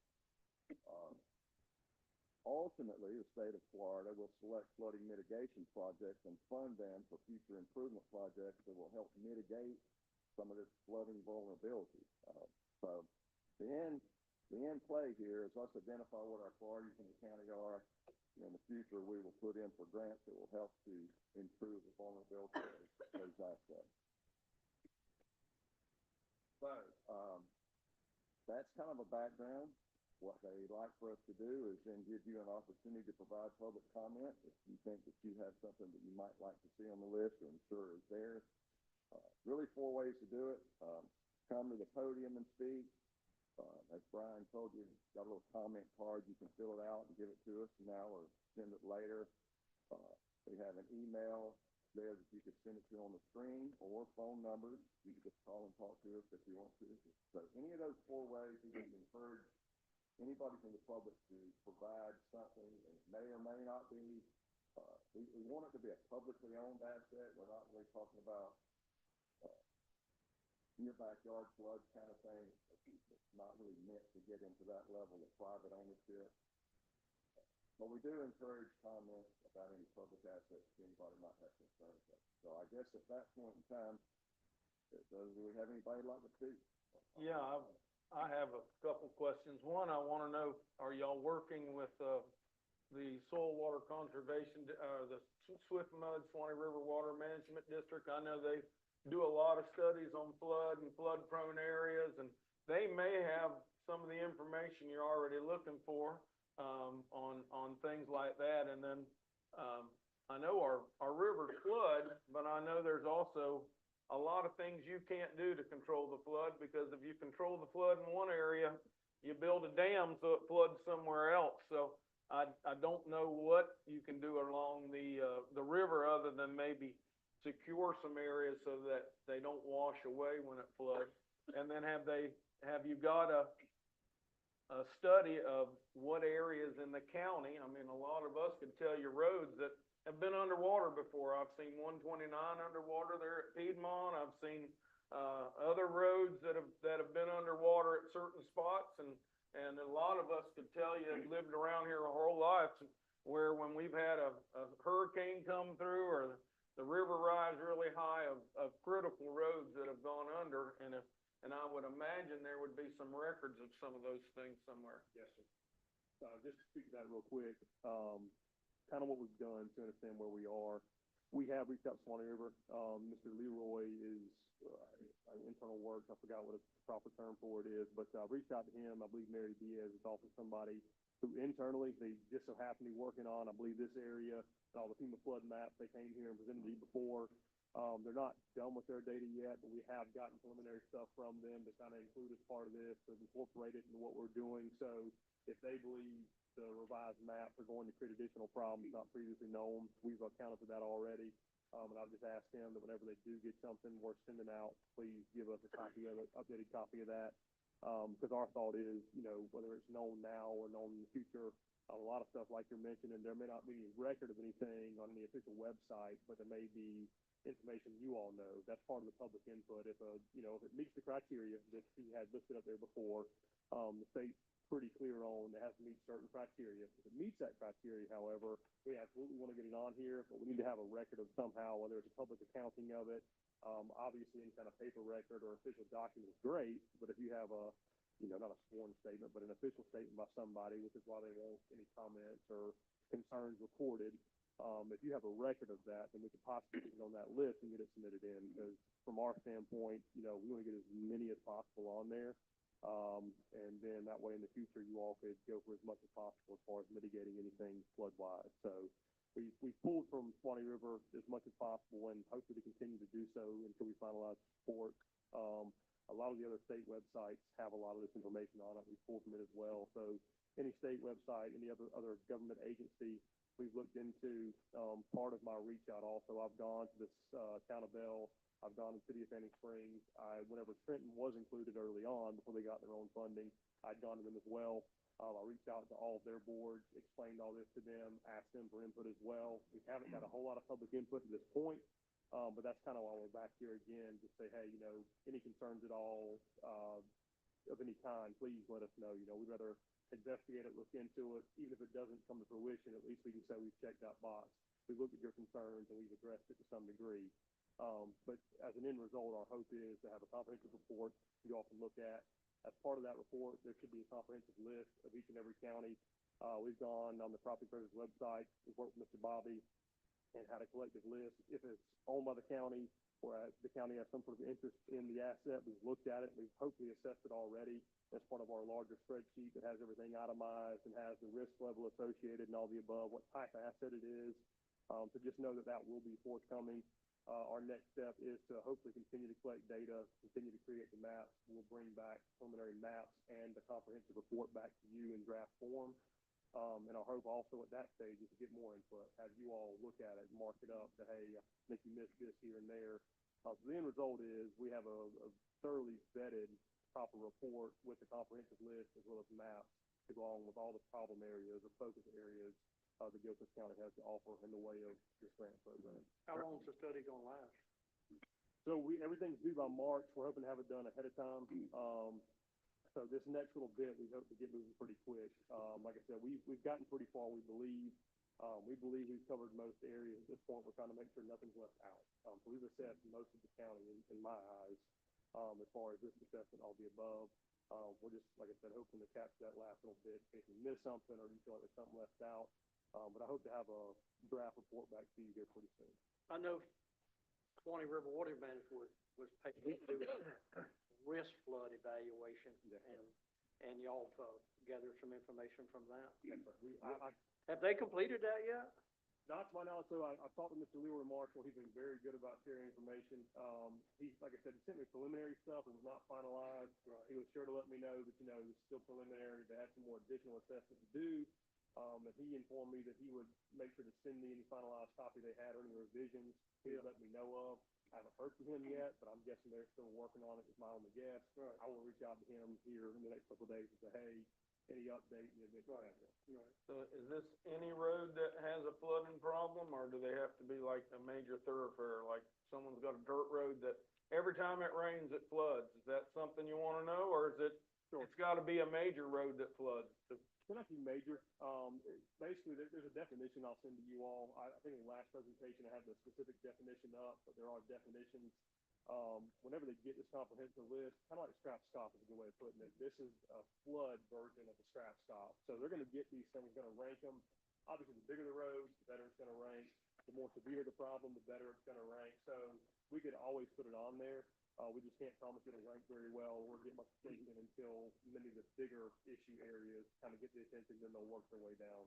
And our roads that flood when the river comes up, those aren't part of the study because like I've heard you can't do much about a road that just, when the river floods. Right, yes, the floodway especially is what you wanna call that, the proper term for it. That'll be something we include in there, so as part of the maps, any major body of water, you have to put the maps on there and show kind of during a, I think a category 1 hurricane, here's the water it's to, and that's, I think one of the slides maybe kind of showed a very brief image of what that would look like, but you have color-coded maps that will show you, hey, in the event of this kind of storm, here's where the water gets to, and so on. And so, in my eyes, any roads within that, they probably would give attention to, but you gotta think of it as, with most grant programs, they're gonna look how they can spread most evenly, kind of be the most fair. So if you have something in the floodway that flood 5 feet underwater, kind of a big fix, gonna require a lot of money, a lot of time to do. I'm not saying they won't fund it. That's called the bridge. Yeah. Yeah. Now, I know one of the biggest complaints I get on flooding is the boat ramps. Yes. And I said, well, when the river floods, there's not much you can do to protect the boat ramp. It's gonna go underwater. It's on the river. Correct. And I don't know of a engineering feat that can solve that's reasonable, like you said, without putting a floating boat ramp out there that you can move in and out to ever fix that. Plus, we don't want people on the water when it's flooding anyway. Right. So, I was just wondering, because that's where most of my complaints come from is, Yes, sir. you know, well, the river's flooding and my road's underwater. Well, that's right. You live on the river and those roads go underwater when it floods, so. Yes, sir.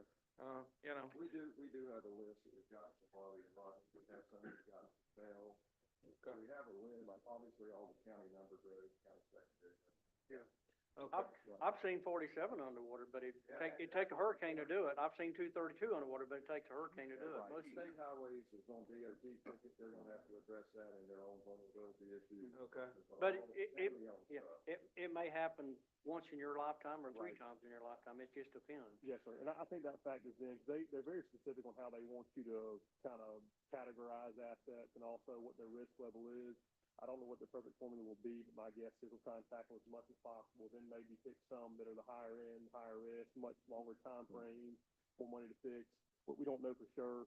I do know there's quite a bit of money in the program right now, though, so they're at least trying. So they're putting a lot of effort into it. Brian, other than roads, what kind of, assets or, projects could we, I mean, would it include, retrofitting septic tanks, for example? Yes, I believe so. So it depends on what it is. So like if you have a major lift station that constantly floods, that would come to mind for where you could do something, maybe find a higher property or maybe retrofit it, raise it up where it doesn't have that flooding issue anymore.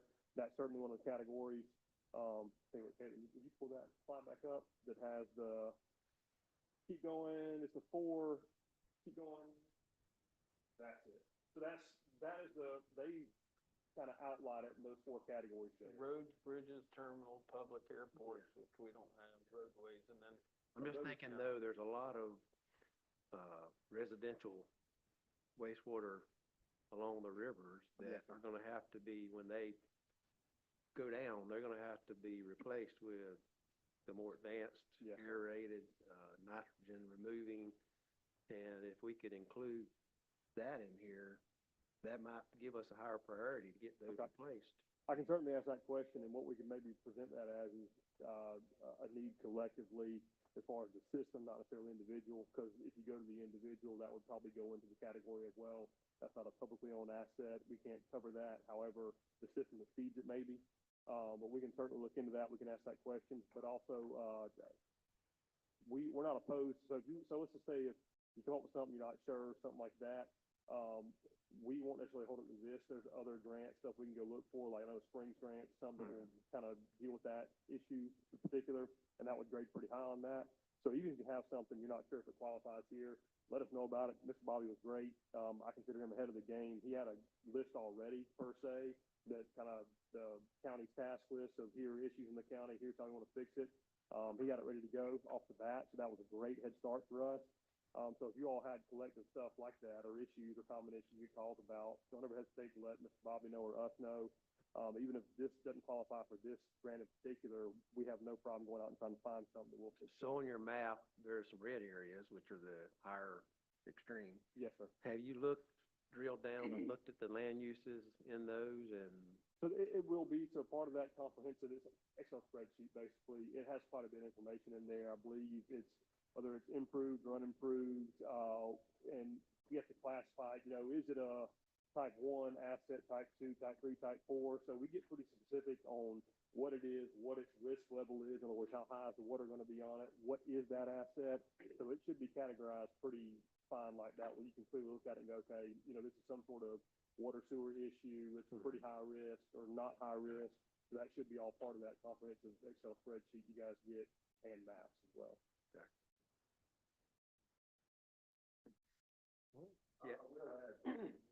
Earlier about what levels of data we've been able to, there is a Florida GIS portal.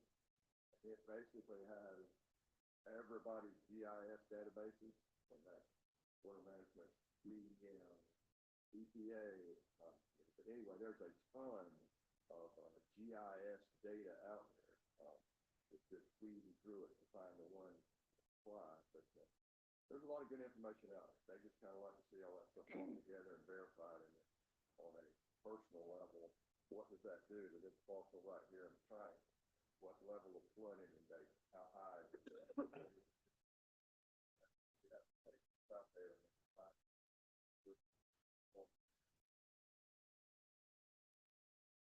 So each county, you're gonna provide this data to the state, and they'll have a base foundation layer. I believe that's the intent. It's an ongoing program, so I'm a part of it.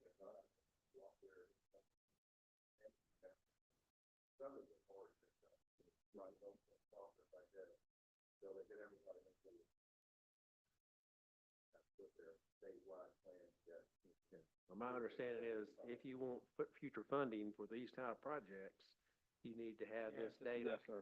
That's exactly it. Yes, sir. And time is of the essence. And obviously, the quicker you get in, the more money you might get. Kind of as I touched on last time, this has been going on for, I believe, a couple of years now. There is a website you can go and see all the previously funded projects. Some areas were ahead of the game a little bit. As the years have gone on, they've opened this thing up. And like I said last time, I think last time I was here, we just found out the city of Trenton had received their own funding, where before only counties were getting the funding to kind of include all their jurisdictional area inside of them, including the cities. I guess the later legislature the following year said, hey, it's a good program. We like it. It's some good results. So they added even more money. And when they did that, they said, hey, as far as you inner cities that have your own local governments, we'll now allow you to apply, so you can get specific about your only area, which I guess the city of Fanning Springs has now, the city of Trenton has now. And I wouldn't think it far-fetched to think that pretty much every city inside of Florida as well is going to apply for it. So they're funding it pretty heavy. I'm hoping it sticks around for a few years and you all can get some good projects out of it and whatnot. That's the idea anyway. Any other questions? I have a couple of comments just before we end. The list that he was speaking about, the local mitigation strategy, that is actually a list that is maintained by Mr. Smith. We have to do one each year to be able to apply for a lot of the HMPG projects y'all have heard. And just so you kind of know how that list works, it's all the partners within the county, the cities, the towns, they all come together to form that list. So that's an ongoing list, continues running and ranking. The other thing I wanted to speak on a little bit, they spoke on the level of support, like flooded roads and stuff. One of the things that ranks those is truthfully sometimes is the population or the number of residents that are affected. So only reason I'm telling you that if we've got a couple of people who live down a road that floods, and then we've got a road over here that's got 20 homes that floods, the 20 home is going to rank higher than the other two. So I just like to always make that clear, just because that's the way they treat it, that's the way they grade it out, and that's the way they classify it. So, and the other thing I want to thank Pittman for engineering, Mr. Jimmy and Mr. Brian for working on this. There's a lot of reading, a lot of detailed stuff, and we were joking the other day about this. You read for 10 minutes, and then you got to quit and digest everything you've read in this stuff sometimes. So but yeah, just thank them for their help and, with this project. So, Thank y'all very much. Thank you, we appreciate it. Thank you. Thank y'all. if you would like to, Public comment. Okay. Yeah, that's a After public. this. Is there anybody in the public that would like to comment on these, studies? Anybody want to comment for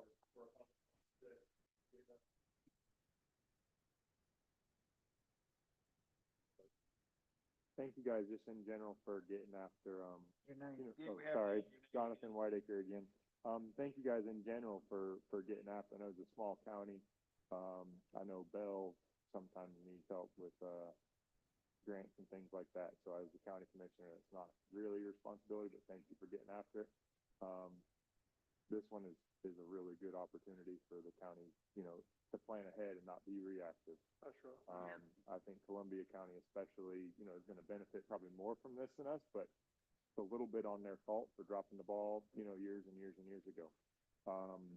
Couple things, just thanks for with the county properties that are on the river. This is a thank you and also let's keep it up.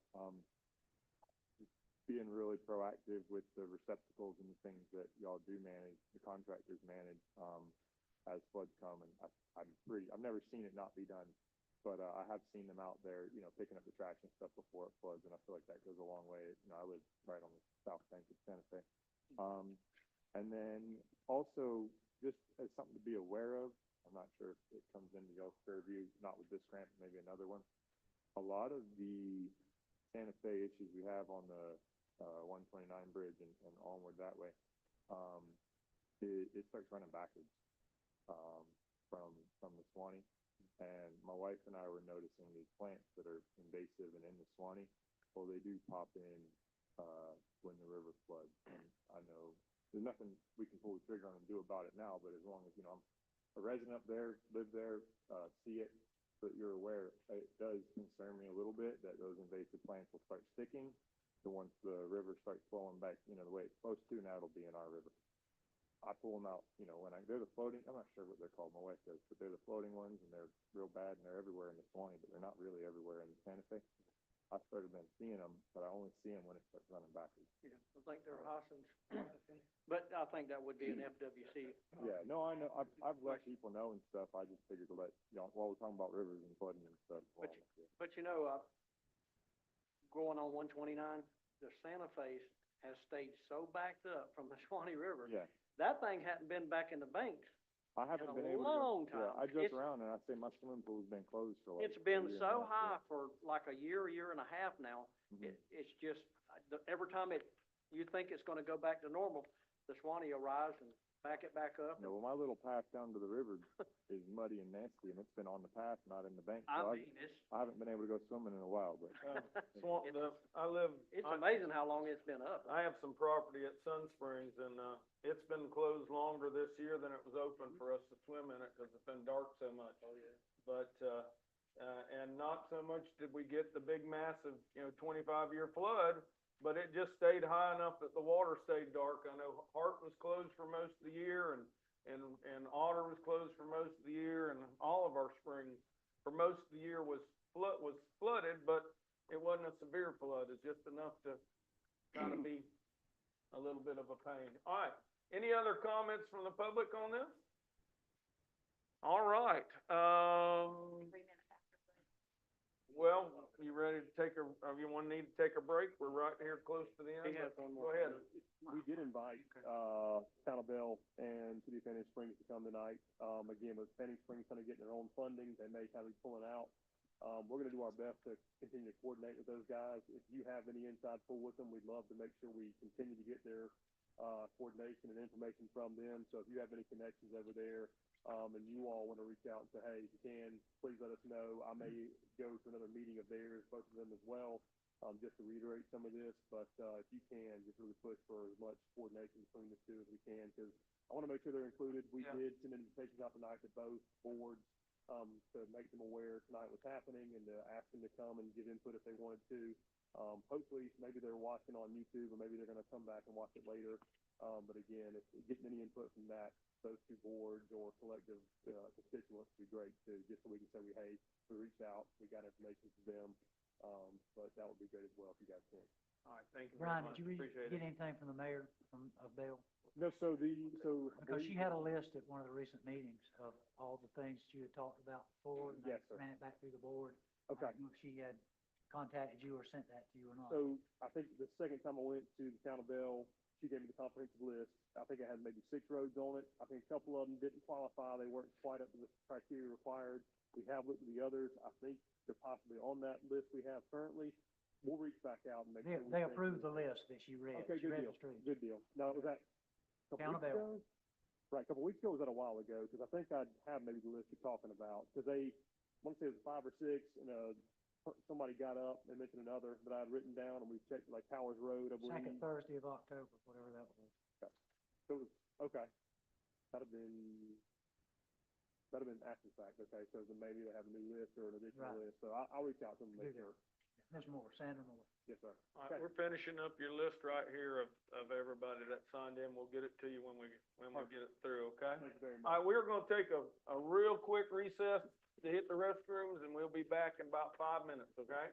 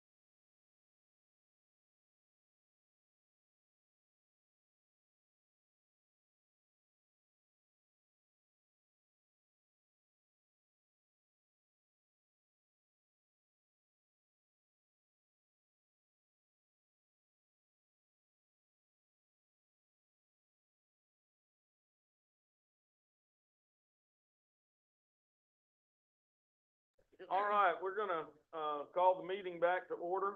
We still have a few things to get through on the agenda. And we all would like to get home before tomorrow morning. We will continue. We finished with the vulnerability study. And we appreciate, all the work they've put into this and the work that's gonna go into it. Hopefully we'll get good information back from all that and can help alleviate some of the flooding issues that we've got around here in the future. What is the Florida Forest Service annual report? I think we're back up to That's just Bobby. a FYI. Huh? We gotta go back to The Bobby. Bobby. Okay, we still gotta, Number 7. Yeah, we're on number 7. okay, I'm sorry, let's go back up to number 7 for Bobby. I'm sorry about that. That's no problem. This is under E911. We have a contract for a grant, is grant number 24-10-08. What this is that we get these grants annually. This one is an amount of $32,819.97. This particular grant helps pay for our Pro QA and Smart Cop, and also some support for those as well. So we just need a motion to allow the chairman to sign the grant. Yeah, motion to approve, contract grant 241008. Second. All right, we have a motion by Commissioner Smith, a second by Commissioner Langford to approve, grant 24-10-08. All those in favor signify by saying aye. Aye. All those opposed?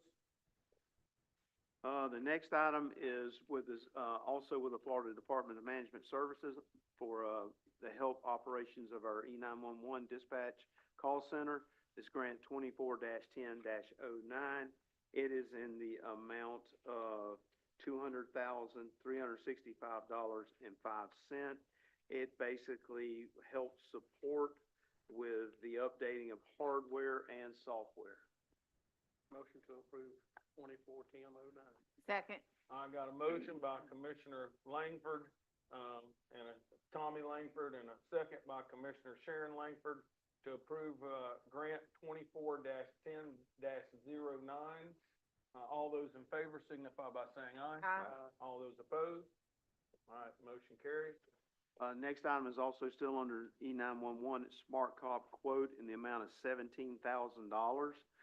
This quote is for a mapping, a program that we've been using, but for some advance. It is paid for by a grant. To kind of let you know what this would do, if you wanted to, it works like your mapping programs.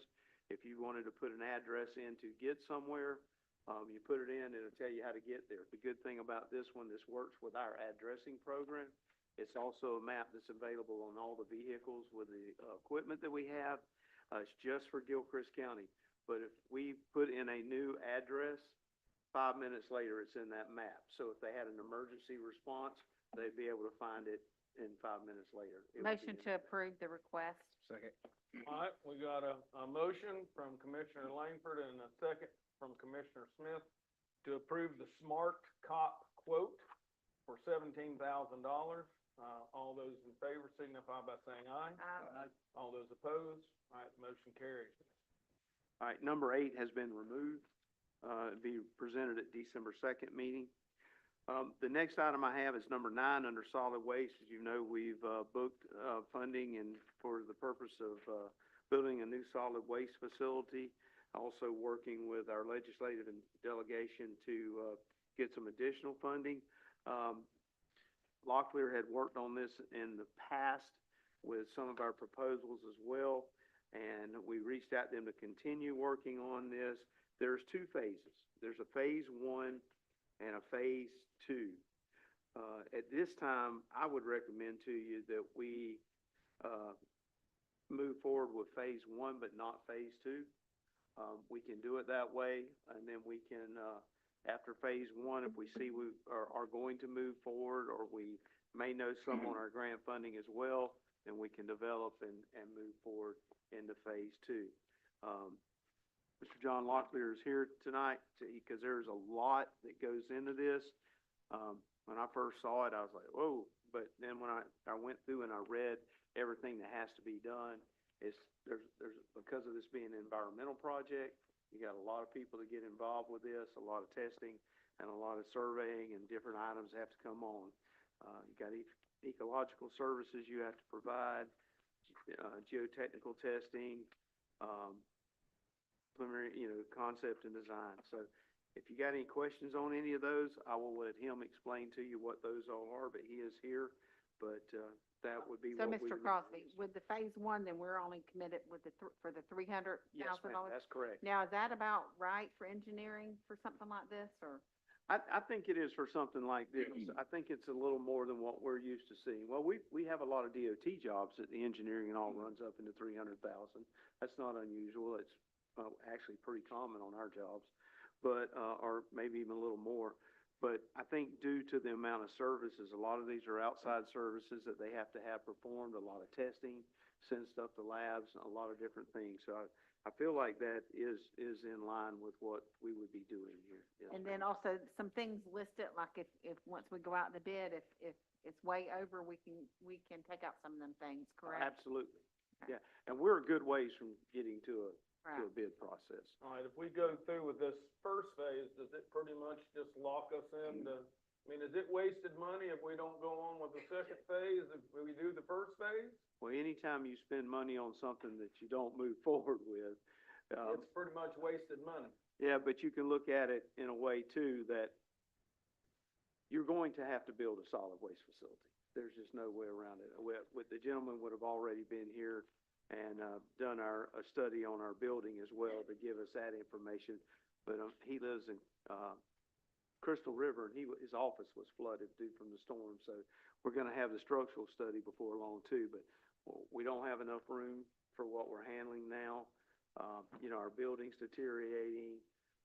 I don't think this first phase is gonna be a waste of money at all because, because you gotta do something. I mean, I don't like to say, put it that way, but we're kind of getting to a point where we've got to do something. Yeah, Bobby, I know you and Bobby Rush and Mr. Locklear, y'all put a lot of effort into this, and I understand the urgency for a new facility. I'm a little, as far as the amount of money, I mean, 300,000, 400,000 for the planning, design, that's just, so. It's a lot of money. As far as for a total project, I mean, are we talking 5 or 6 million, or how much are we? I don't know enough at this point to feel comfortable, I don't think. And that's probably my fault for not trying to get more questions answered, but, I don't know how everybody else feels, or maybe we can get comfortable with it. But that's why I had brought it up. I just thought that was a lot. It's a $7 million project, right? I thought it was a $4 million project. We have booked $3.5 million. The original project that we designed was $7.5 million is what it was. Right. Mr. Lockwood, how about coming up? Cause I got some of the things I'm fixing to kind of say. I want you to confirm them for me. Go ahead and introduce yourself. Good afternoon, John Montclair. The studies that we're doing here now, especially in this first part, would be if we get the money that we can build the second part or additional, a lot of this work will suffice for that moving forward with even a larger facility if we get funding from the legislation. Yeah, but the Okay. second phase, we'll have to pay $400,000. That for is correct. engineering. And that's for your design and a lot of other, I'll let you comment on that. Sure, I recognize that it's a big number. I'm not gonna try to argue that, but, if I could kind of explain the complexity of the project. In addition, the first phase has a lot of the site work, which has to be done regardless of how big the building is. That's the geotechnical to make sure it's support the weight. It's the stormwater evaluation. It's the environmental evaluation. So regardless of the size, all of those things are sort of have to be done at a minimum. So there's really not a waste regardless of how you move forward with a smaller or larger building. Also, the first phase, the concept that we talked about with both Bobby, is looking at how we could phase the building. If we don't get the funding for this, if we want to build a $7.5 million, we can get it, can we stage it up? And that's a little bit the challenge because you've got to deal with a certain amount of solid waste that comes through. There's some regulations that limit you, on floor space, on safety, but also on how long you can have solid waste, outside of a covered area, that's regulated by the state. So we have some limitations on the sizing and how we can phase it, but that is one of the tasks in the first phase, is to look at our options. What can we do if we could only get 3 million, initially? So that's part of it. But if you look at the overall project, let's forget phases. You say, okay, what's talking about $700,000? A lot of money. But we've got to do geotechnical, we've got to do structural, electrical, MEP. You got a scale. They wanted a household hazardous waste facility and mosquito control combined unit. We're looking at having an equipment maintenance building. So it's a pretty big project with, all of those tasks have to be done for each one of those buildings. So, I'll have mechanical, electrical, structural, survey, wildlife, subs that, are just straight out of my hands. And, obviously I get competitive bids, but, there are a lot of tasks to be done. I could provide you, if it helps, with, a summary of other county facilities that have recently been done and what was the fee on that. I'd be happy to do that for you. I don't have any off the top of my head. Yeah, I think that would be helpful. I could do that, sure.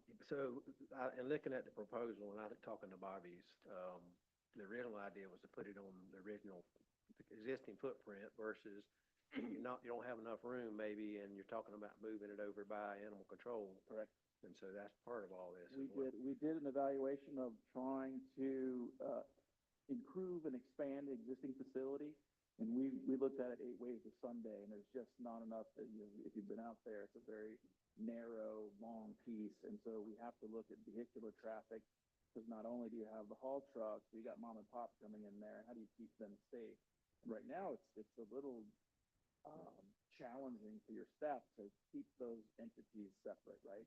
Also, your space within the building itself is already too small, and the waste is only going to get more, as your population increases. So this is a 20 to 30-year building, so it's bigger than it needs to be in year one because you're projecting out. So that's why, a little bit of why it costs more in terms of construction is you're trying to map out for the future. But yes, we looked at everything. It's a pretty tight space. There was just no way we could come up with that was safe and provided enough space for the expansion that staff needs to manage everything. So then we shifted gears over to the animal control site, and it's off the top of my head, I think it's almost double the acreage, and it's a little bit better geometry. It's a little wider than the original spot. So it gives us a lot more latitude to keep traffic segregated from, haul trucks and mom and pop. And it also just gives your operator, a lot. We can put in push walls. We can just make it a lot more efficient in how we design it operationally. And we've gone over that with staff of kind of just the concepts of what they want to go to. And we've shared some what other counties do, and different places like to do different, techniques of management. But this new spot, this space with animal control is really, of the two, the only viable option for growth to get what you need for the future. So that's kind of where we had hoped and tried to look at the old one, because obviously costs could be reduced if we could retrofit and do some things, but this wasn't viable. You're not gonna be able to use the old facility at all? I mean, I was thinking, instead of 1,500 square foot mosquito control building, is that something that other barn could be retrofitted to do? I don't know what's available there, but we would like to. I think pending the structural evaluation that Mr. Bobby talked about coming up here, that's a possibility. Perhaps that could be the equipment, repair area. So I don't think it's a complete wash, assuming it's safe. But you have to be very selective in that, in operating the facility, you need to have eyes on certain things. So if we put them in 2 different spots, then you have people in 2 different places. So it just, you want to choose your operation accordingly, so that you don't have to double staff different things. So I would think, HHW or equipment repair for that would be prudent, and mosquito control could be over there too. I agree. We already own the land there where the animal control is? Yes. Yes.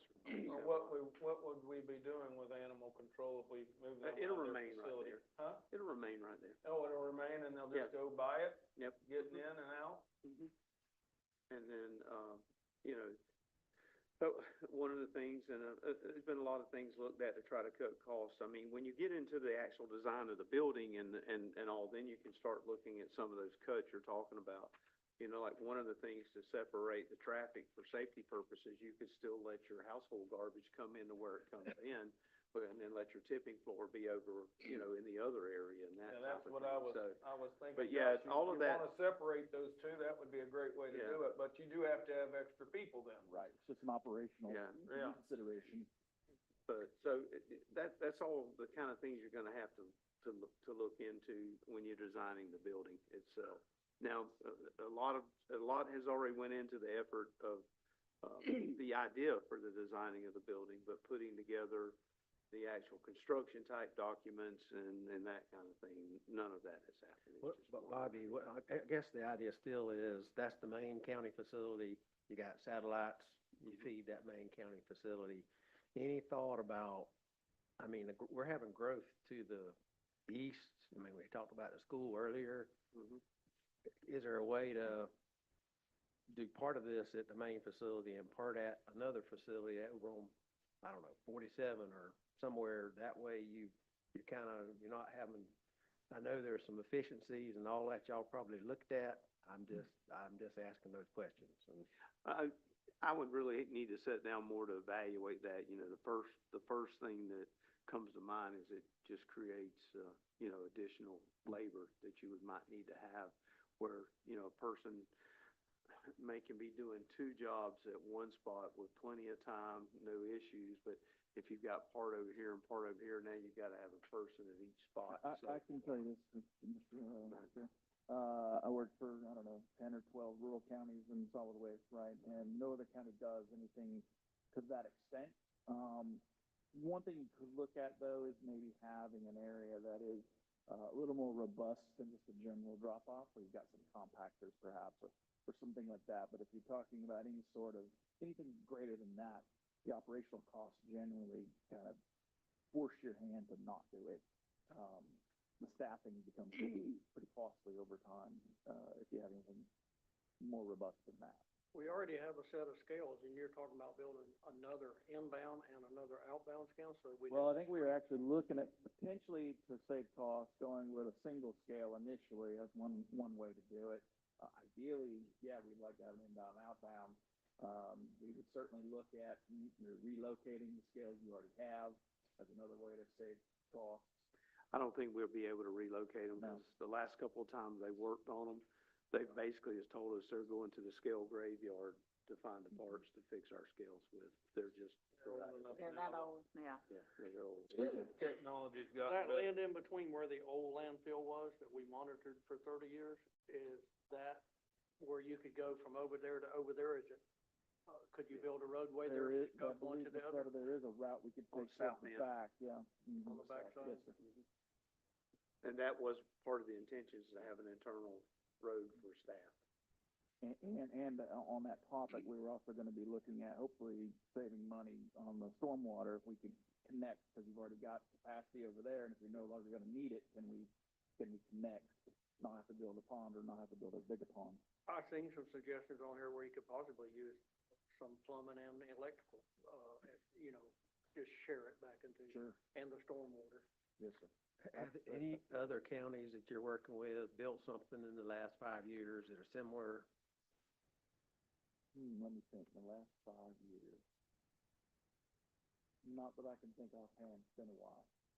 I don't work for Wakulla County, but they did a transfer station about 4 years ago, I want to say. It's an expensive endeavor. Yeah, I would just like, I know you guys have put a lot of time into this. We want to make sure that before we commit 700,000 or 300, whatever it is, Yeah. to the planning, this is what it's gonna be. If Or it it's gotta pleases the be. board and Bobby's okay, I'm happy to put together, like I said, a summary table of any county I could find in the state of Florida in the last decade, let's say. Can we say table it to the next meeting then? Oh, sure. Well, we know we have to do something. If you've been out there and. Oh, told yeah. it, Yeah, we've got to do We something that we definitely need do, to. and I know that make- Bobby have worked hard to save money, and we're doing lots of things, and it's urgent. Is it Big cost, something I recognize that. is it something we should bid out? I mean, Well, you already have, because you did it through, continual, professional agreements contract, and that's how they would they, bid it out. they're part of that. Yeah. Okay. Yeah, I agree we need it, and I would like to move forward, but I wanna do it, with the best economics in mind. I mean, we went back with Mr. Gray and we saved some money on the road, and other people have come back and given us, ways to save money. Well, we could cut this, we could cut that. I just wanna make sure that we're not paying for things we could cut out that we don't need, and that, we're getting the best use of our money. Because, I mean, when I look at the jail we built, and we spent, $10 million on the jail, and now we're building a waste facility, and it's $7 million, and I'm thinking, whew, that's a lot of, and $7 million doesn't go nearly as far as it used to. If we had $700 million 10 years ago, we could have built a Taj Mahal, but $7 million doesn't build that for you anymore. So I just want to make sure we're getting the best bang for our money, and making sure that we're not being charged for things that we really don't have to have, and that could be kind of skimmed off. And that's, we do a lot of work with y'all, and y'all do a great job for us, but we're just, you understand, we're Totally just trying to understand. look Oh, at yes, this and make Absolutely. sure we're getting the most bang for our buck. No offense taken, I totally understand. In fact, when I sent Mr. Bobby, I said, I know this is a big number, and I explained it and all that, so I'm not shocked that you have these questions. I will say, to your point there, Mr. Chair, that is kind of the primary objective of phase one, is to have those iterations on the various costs. What do we have to have? Let's do the full scale estimate of costs with, real numbers right now. What can we afford? What can't we afford? And how much funding can we think we can get or not get? And what, asking your staff, what can we live without, for now? Those types of things. So that is one of the primary objectives of that phase one. Phase one really is, there's not a way to cut it much, because it's what has to be done to build a facility. We could restructure it to say that you have to caveat it. So if I cut out the geotech, I'm making the assumption that the ground can hold what I'm designing, that's a little risky. If it doesn't, then. Right, now I've done this, and then I do the geotech and it doesn't work, then you have lost money, Yeah. So there's some of it where it's like, you really shouldn't cut it out. I can go back to the drawing board and maybe make some recommendations. Maybe we can do some looking at the stormwater and reduce that a bit. But I don't think it's gonna cut a ton, to be honest with you, at this point. What about the mosquito control building? Is that something we can put on the site plan but not build it yet? Absolutely, yeah. That's not gonna affect. But that's not gonna affect. That's not gonna affect Damn right. the That's not gonna phase phase one, that's phase two, when we And the decide what we construction. can build and what we don't need to build. Like, yeah, I'm sure it could be built in such a way that we could easily expand it instead of building the whole entire structure. Let's build it for what we got now, and then in 2 or 3 years, come back and expand the current building that we have to do that. If it were engineered and built right, you could add on to it. Well, that's why a lot of the bids that we bring back to y'all, you'll see they'll have 1 or 2 addendums to them, and that's why we do that. Like, for instance, when you bid this, that building would be you can make it an addendum. The good thing is, if it comes in good, you don't have to rebid it. It's already there. But if it doesn't, then it's easy to take out.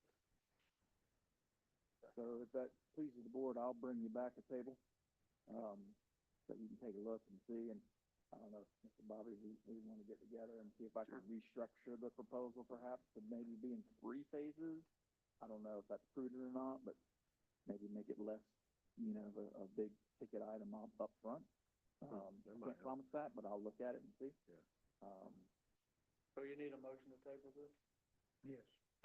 We need a motion to I'll table make it. a motion, we table it till the. All right, we've got a motion to table this. Is there a Second. second? All right. Any discussion on it? Any more discussion? All right, all those in favor of tabling it signify by saying aye. Aye. All those opposed? All we Thank got. you very Thank you. much. We'll see you at the next meeting. All right, thank you. I appreciate it. All right. Next next item I have is item number 10, the community paramedic. The card would be titled to the community paramedic, but it's, I'd like to request a credit card. There's some traveling and training that, Ryan needs to do that'll be funded by the community paramedic program and grants. But what happens, and we just, if we could get a card with a limit of $2,000, because we can call and pay for a room, but when you get to the hotel, they want you to show up with that card, and they want your name on that card anymore. So it's not like we used to could call ahead and pay and just show up. They've changed a lot of that. So if we could just get approved to be able to issue a credit Motion card. to approve request. Thank you. All right, we got a motion by Commissioner Langford, a second by Mr. Thomas. Mr. Thomas to approve the request for a credit card for our community paramedic. All those in favor signify by saying aye. Aye. All those opposed?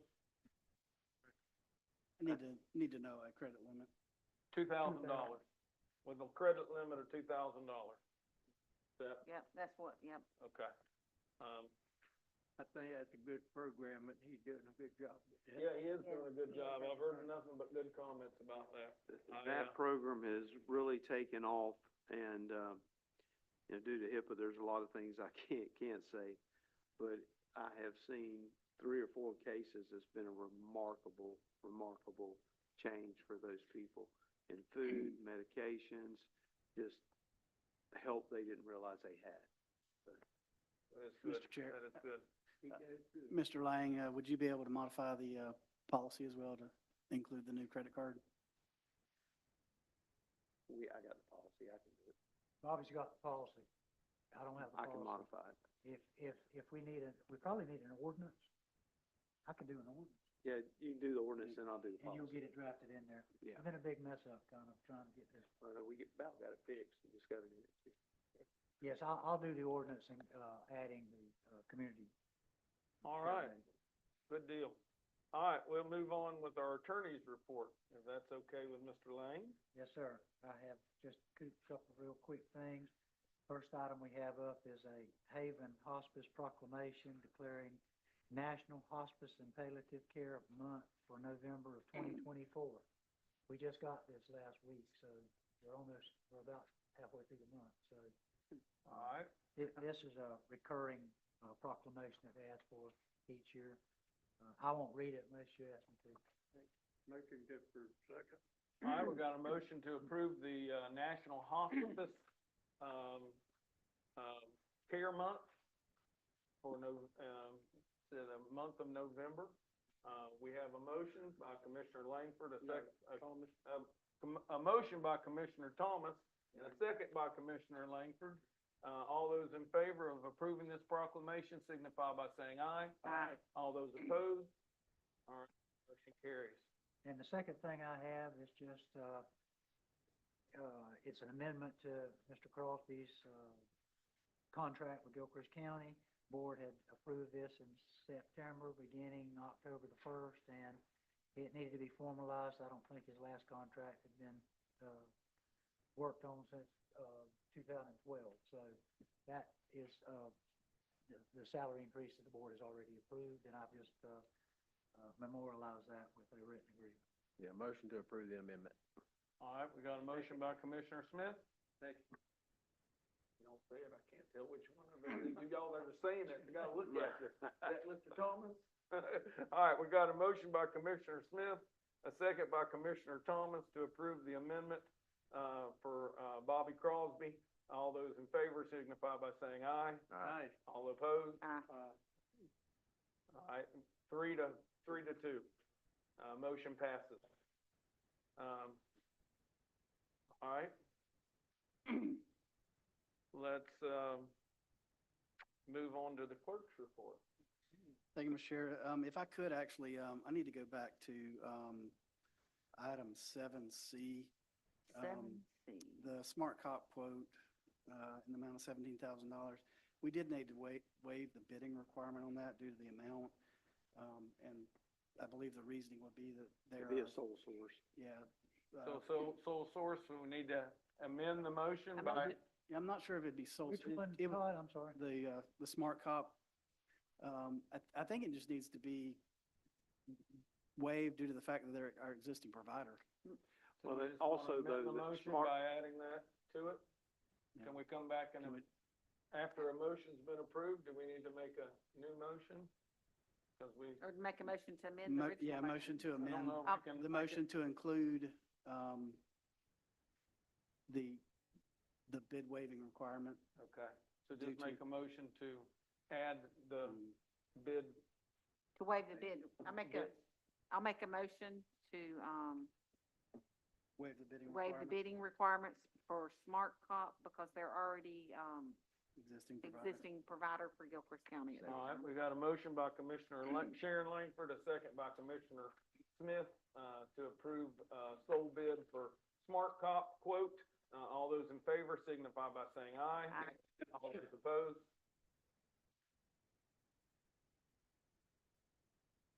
Okay, first item in my report is,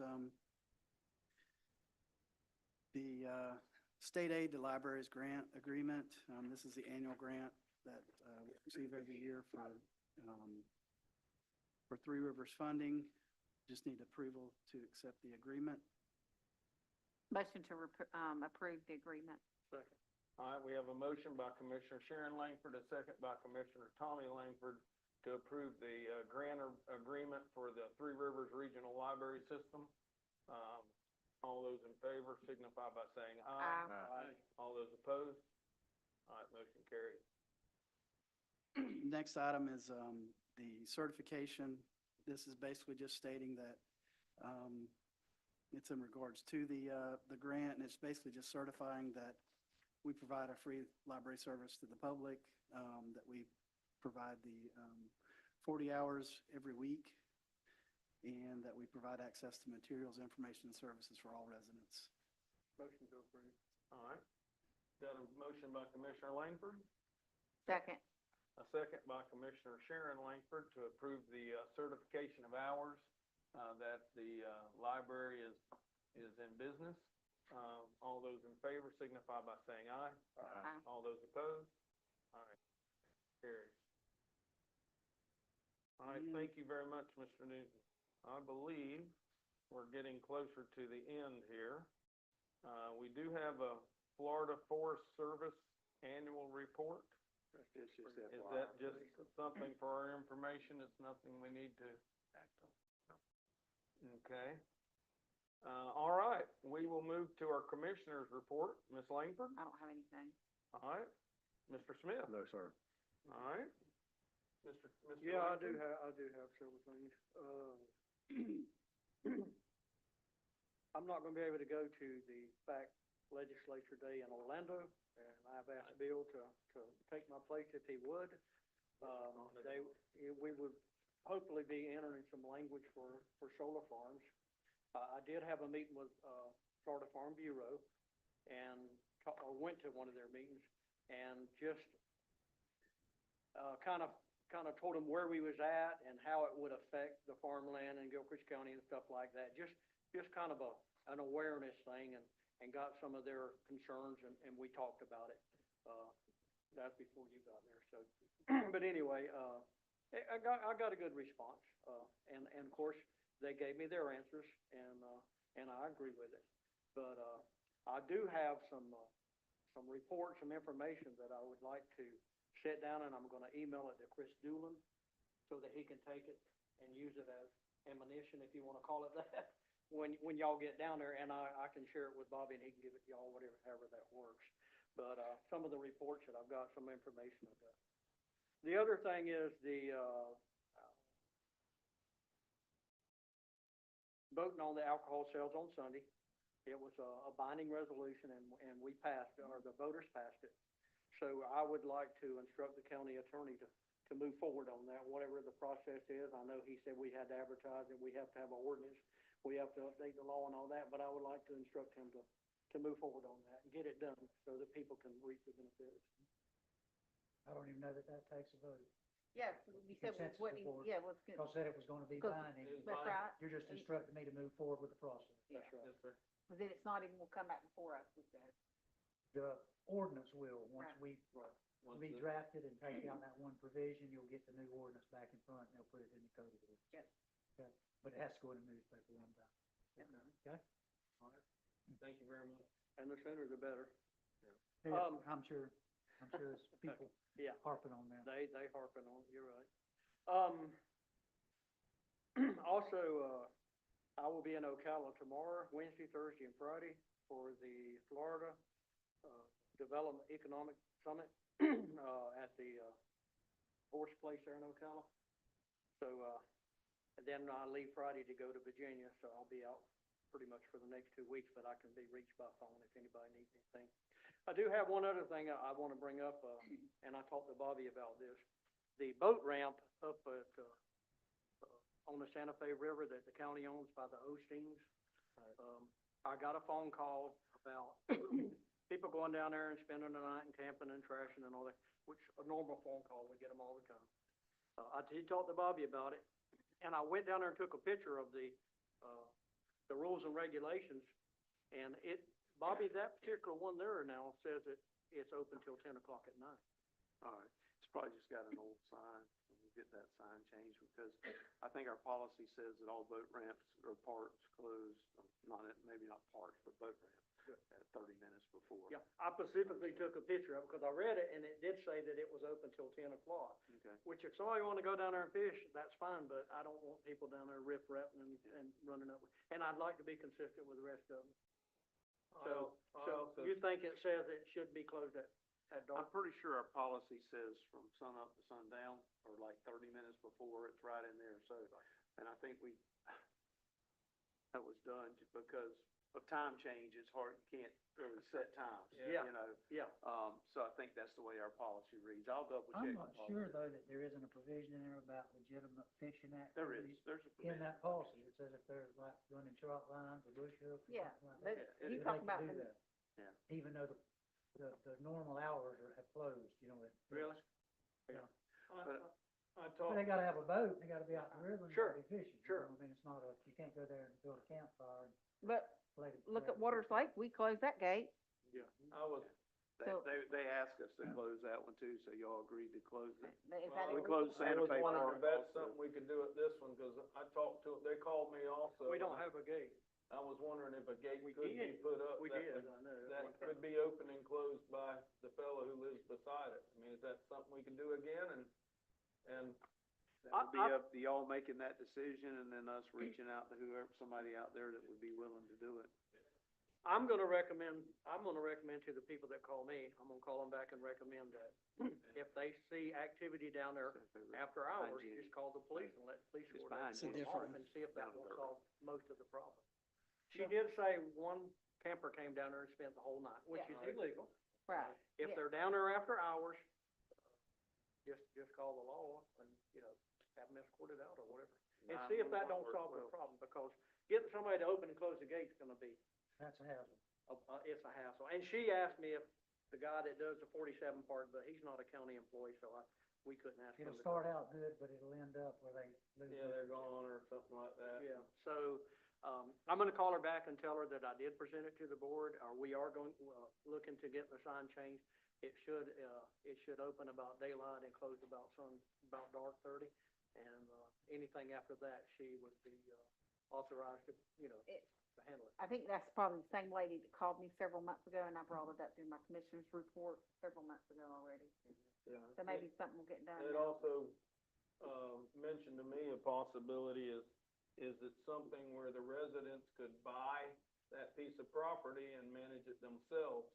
And I said, I don't know, I'd bring it before the board and see if it's something they're interested in doing. She says, it's not big, it's called a boat ramp, but she says, the only thing you're gonna launch there is a kayak or a canoe. She says, you're not gonna back a boat in there and launch it. She says, it's not big enough for that.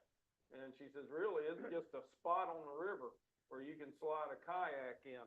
And so they said, you know, the residents in that area would, if she could get everybody together, they might even be willing to make a bid on it and buy it, and that way they could control it themselves. But I don't know what y'all wanna do. I would but- rather try it this other way first. Okay. because I think think you would get have rid to, of I think you'd have to bid it out, but, Yeah, and it's like I told her, I think it's hard, this could come up before, when I was on the board before, about selling it, but when you have access to the river like that, those are rare opportunities, and I'm not in favor of selling it right now. If it becomes a big enough issue, I'd probably change my mind, but, if we can get it under control and keep the riffraff down, that's what I'd be willing to Yeah. try first. Well, that would be my first choice to try to do also, but she mentioned it, and I told her I'd bring it before the board, so that's, It's not, like she said, it's not a place to go launch a big boat or yeah. take a family picnic or nothing No, like that. It's nothing just- like that. It's just access to the river, basically. You better bid it out and somebody else talking it about, he could do what he wanted to do. That's Well- right, then it could be worse, and it's, Jenny Springs is expressing it, she's an expressing it, Pete Bud's expressing it, so you'd have to bid it out, you couldn't just pick Yeah. somebody. Pick and Okay. choose. All right, I think I've told y'all everything. all right, Mr. Thomas? That's it. All right, the only thing I had some debris, I had some residents at the Walkasassa that was wondering how the trash, pickup is going. They said they hadn't been out there yet, and they were worried about the 60 days going by, and were they still gonna be able to get their trash picked up? And I said, well, I know they're working on it. I see them. Bobby sends us a report all the time saying, well, this many trees have been down, this many And I get the limbs same have been phone call. removed, and this many tons of trash.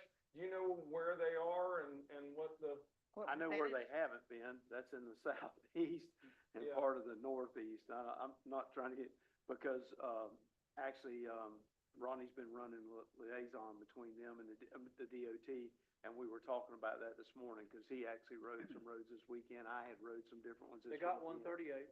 And There's we a lot saw of where places they not hadn't picked been, up. so he got with them today to see when they were getting in that, because they were trying to push over on us that they were fixing to start the second push, and they hadn't even got through the No. first Well, push yet, so, that's what they were concerned about, yeah, is it's they're been- still out. I don't know a timeline yet, but when Okay, they but get, they know about it. yeah. I know a Okay. couple of meetings ago, we were at 50%, so we're over 50% now, I'm assuming. Oh, yeah. Yes. I don't know what percentage we had. I haven't asked the percentage, but that was a couple of weeks ago, so I would say we 60-70%, maybe a little better. They've got 47, they got 129, they got 138, they got RODXs this last weekend, there was a lot in there.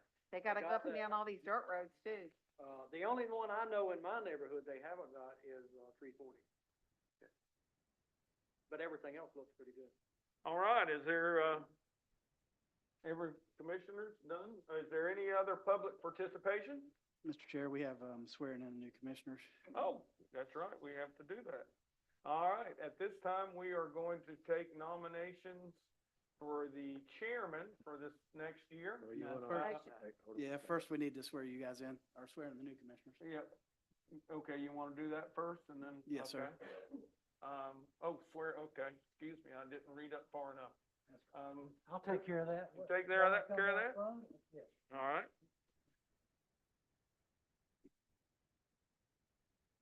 We're gonna make it official. That's right.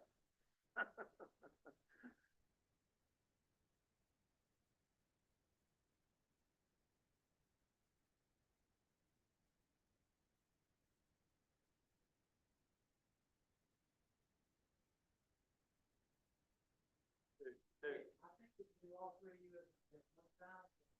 Two.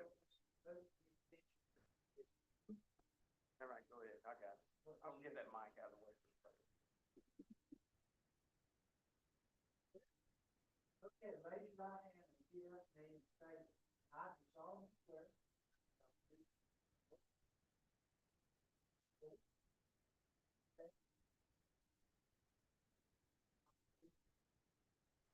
That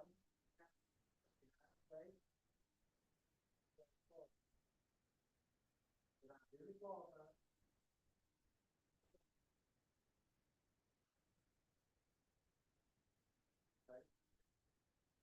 Will. Well. Say.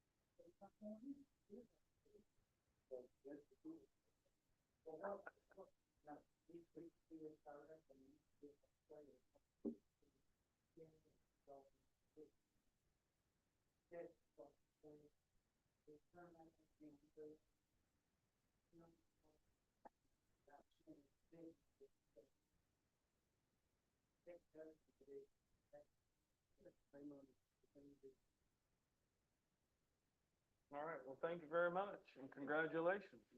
Thank you. Yeah. Looking forward to working with you for a few more years.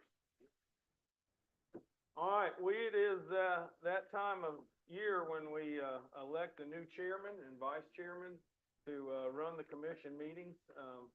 Before we go through it, I would like to say it has been my honor and my privilege, to be able to have done this for the last 2 years. I, have grown a lot in doing it, and have got a new appreciation for trying to keep everything in line of what's going on up here, and all the paperwork that has to be signed, and all the work that goes into it. I've got appreciation. I've got to know our staff a little bit better, because I've come up many days and signed paperwork for them. So I do appreciate the confidence you had in me to put me in this office, and hopefully in the future, not next year, but in the future, maybe I can run one more year of this thing, because I have enjoyed it and I've learned a lot from it.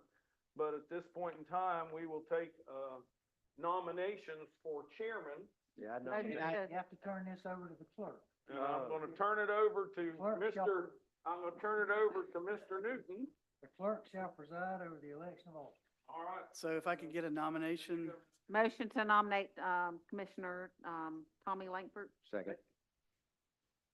okay, I have a nomination of, Commissioner Langford. Are there any other nominations? I move the nomination cease. Okay, so all in favor of nominating, Commissioner Langford, say aye. Aye. All opposed? Congratulations. Thank you very much. And, the next item would be nominations for vice chair. Bill Martin. Second. Okay, I've got a nomination for, Commissioner Martin. Are there any other nominations? Move to cease. Okay, all in favor of Commissioner Martin, say aye. Aye. Any opposed? Congratulations. And I will pass this back to, All right. Now, when does this take effect, like right now? Next Yeah. meeting. next meeting. Next Okay. meeting. Next meeting. Okay, so I was wondering who had to sign all the paperwork after. You do, because, Okay. yeah, you do because you. I was fixing to go home, man. God, get it all piled up. All right, I thank y'all for staying, and like I said earlier, I appreciate, the confidence you had in me to run these meetings, and I did enjoy it, but, You did a good job. I'm You did gonna a real enjoy good job. watching Commissioner Langford work through it this year, and I thank you, for all that. Is there, I appreciate the faith y'all have in me. well, I'm sure you'll do a great job. I'm sure you'll do a great job. Is there any other public participation? Anybody that would like to speak? Yes, come on up. Her first, and then we'll get you. Hello, Jenny Harrison there, and former candidate for county commissioner.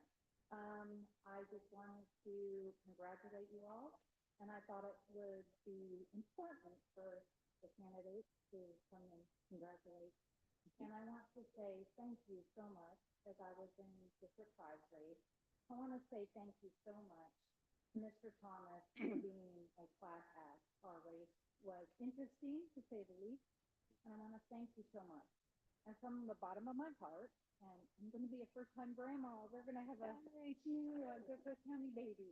From the bottom of my heart, I genuinely believe that you all truly, although we may have differences of opinions, I truly believe you all want best for what's best for Gilchrist County, and I appreciate that so much. So thank you very much. Thank and you so much. congratulations. Thank you Thank very you. much, Tammy, we appreciate it. I'd like to thank her for a good race too. There wasn't no bashing between me and her, and me and Jeff didn't have it. So it was a good, clean race between the candidates. I think the social media might have got into it, which I don't do it, don't read it, so it don't bother.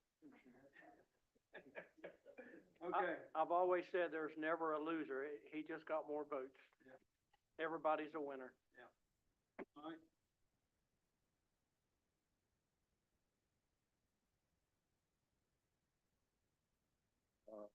Hey, thank you for letting me harass y'all when I make it to the meeting. Just took some notes and then have some extra things as well from home. The, fire department overtime, $60,000, I think makes a lot of sense that it sits below, what it would cost to even hire, one more fire department person. So I think that's money well spent. Obviously, people are sick. You got to cover their shift. Let's pay them their overtime. That is something I'm happy with. The $100,000 per ship kind of is interesting. So I was just gonna bring that up one more time to see how we can, what y'all can do in the future, because that's a bit strange. I know we get grant money for that. And it's something that is. I can explain that to you real quick. Yes, sir. That's what they call reclaimed funds. In other words, if you're not in it for 10 years and you sell the home, you have to pay back a proportion of that. And that money comes back into the program and goes back in the program. So it has to be accounted for through a budget. So we weren't overdoing our. That was revenue. Richard made that. That's, when it says unanticipated, that's a little ambiguous. It You could be can't extra tax. anticipate That's who's right. gonna pay it off early or something, so. That makes sense. Thanks for clearing that up. In my head, I was like, it's fine if the state does these whatever crazy programs, let's take advantage of them, but why are we That was doing a whole 20%? But Yeah, that was a good thing there. that makes sense. It's a good thing there, That was money. because that means we can give more to somebody Yes, else. thank you. That makes sense. My next one is just kind of constructive, maybe to help make the county get better. Our county offices, I'm acknowledging, I've lived in other counties. I've been here for about 2 years. A lot of strength. I've looked everywhere from East Texas to wherever. I'm a young man. I, had just had my first son be born. And I, out of the whole country, decided to put my roots down here. So when I bring criticisms, I just this is what I see, but I'm not trying to bash this great county. I love it here. The offices don't communicate with each other very well at all. And like, for example, I love Michael over there at the tax place. When my home was built, it took 2 years for the building department to let the assessors know that it wasn't just a vacant piece of land. So I'm not trying to get out of paying taxes. I went and told him, hey, I'm paying for the land, $200 for property tax. What's going on here? He said, oh, just wait, they'll figure it out. Everyone had known I moved into that house, every single place, except then this year, turns up $3,000 in property taxes. Well, I'm young, didn't file for homestead, but county knew that I moved in there. They knew that I built it. I went to every office but the one I needed to, letting them know, hey, I'm here. I came here. I acknowledge my ignorance on not applying for that. It's a cost I'll have to eat. Y'all get your money back from, again, the county not talking to each other, even knowing I had a house there for 2 years. But it was something to, and the lady on the phone told me, well, we can't call every house that was just built to see if you move. And I said, but the county knew. And that's something that, yes, I haven't had this exact same experience in other counties, but giant counties have automated somehow they talk to each other and know. And I was trying to be as forward and upfront and going to every different place, and nobody knew anything about what the other ones were doing.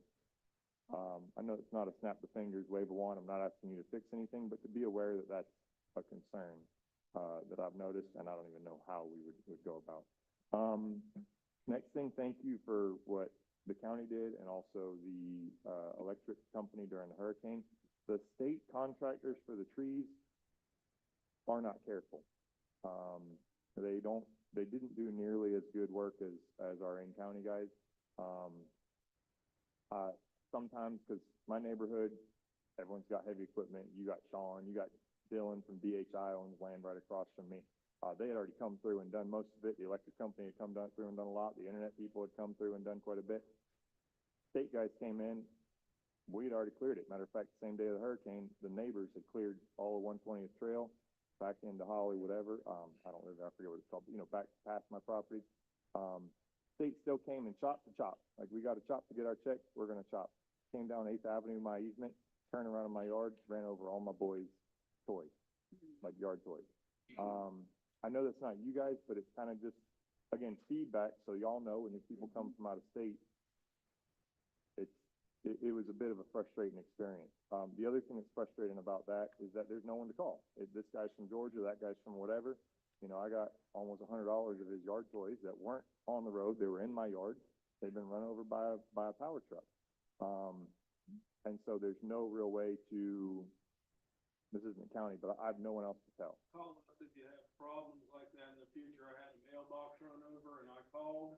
Yeah. The next day, they put a brand new mailbox up that they ran over. But how do you, Over and crushed one. And so if you give one of us a call and we can get a hold of the man in charge of our county that for the talks state? with these crews Okay. and let your.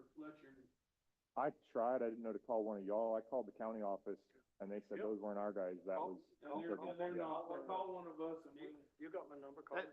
Okay. That call came through, I heard about that call and I found out about it, and we gave it to our liaison, and he went immediately that day to talk to him about the damage that happened on your property. Yeah. I don't know how long before our office was called after the incident. Oh, I called him the next day just because I know the day it came in, we got it to our liaison, and he went that day to discuss it with him. Yeah, I got a call from the ROVAces and they were working in there and there was an issue there and got a hold of the contractor and he took care of it that day. Okay, well, nothing really came of it. It is what it is. I'll get him new toys, but it was just a little bit, because I know what communication we have here when the state guys came, it was just a frustrating experience. Plus, what they were chopping didn't make no sense. There were two people through there, and it was really like, let's just get our grant money. They were Georgia folks, whatever, which I really appreciate them helping, but, that was that. If I'm out of time, I can stop, but I'd like 2 more things. Yes, sir. I'll skip most of them. The engineering for the waste thing, I wrote it down, then you kind of brought it up. The environmental surveys make a lot of sense. If there's any way for the MEPs that, well, 2 things, that the county engineer could, I'm not sure how this works, but could the county engineer sub so we don't pay the 18 markups for the environmental engineering plan? And then second of all, maybe Mr. Bobby could, because he's got a passion for it, to go check out and talk to our friendly counties about getting MEPs for individualized buildings. We would need the whole plan, but that, I don't know, mosquito building looks good. You have your MEPs and plans for it. Because I totally agree with what everyone on the board said, that is an incredibly cheap price just to get in the door. When we have a functioning one, it might not be big enough. And then finally, I appreciate, because we are a smaller county, the fiscal responsibility. Please keep that in mind, especially when I was just doing the math here. Our homeownership rate is incredible. I'm very, very proud of the people have stayed here for a long time. The average household income is 79% of the state, and the individual income in this county is 81% of the state. And so people do make less money in this county, which cost of living by the house goes, but our grocery stores aren't cheap or anything like that. And so just keep that in mind. I know that myself and most of y'all aren't at that average, but it's something to just remember. And then again, thank you for having me here today. All right. Thank you. Appreciate it. All right, yes, sir, come on up. We charge 0 markup on any stuff, always. So, Okay. that's great. All right, thank you very, very much. Anybody else? Public comment?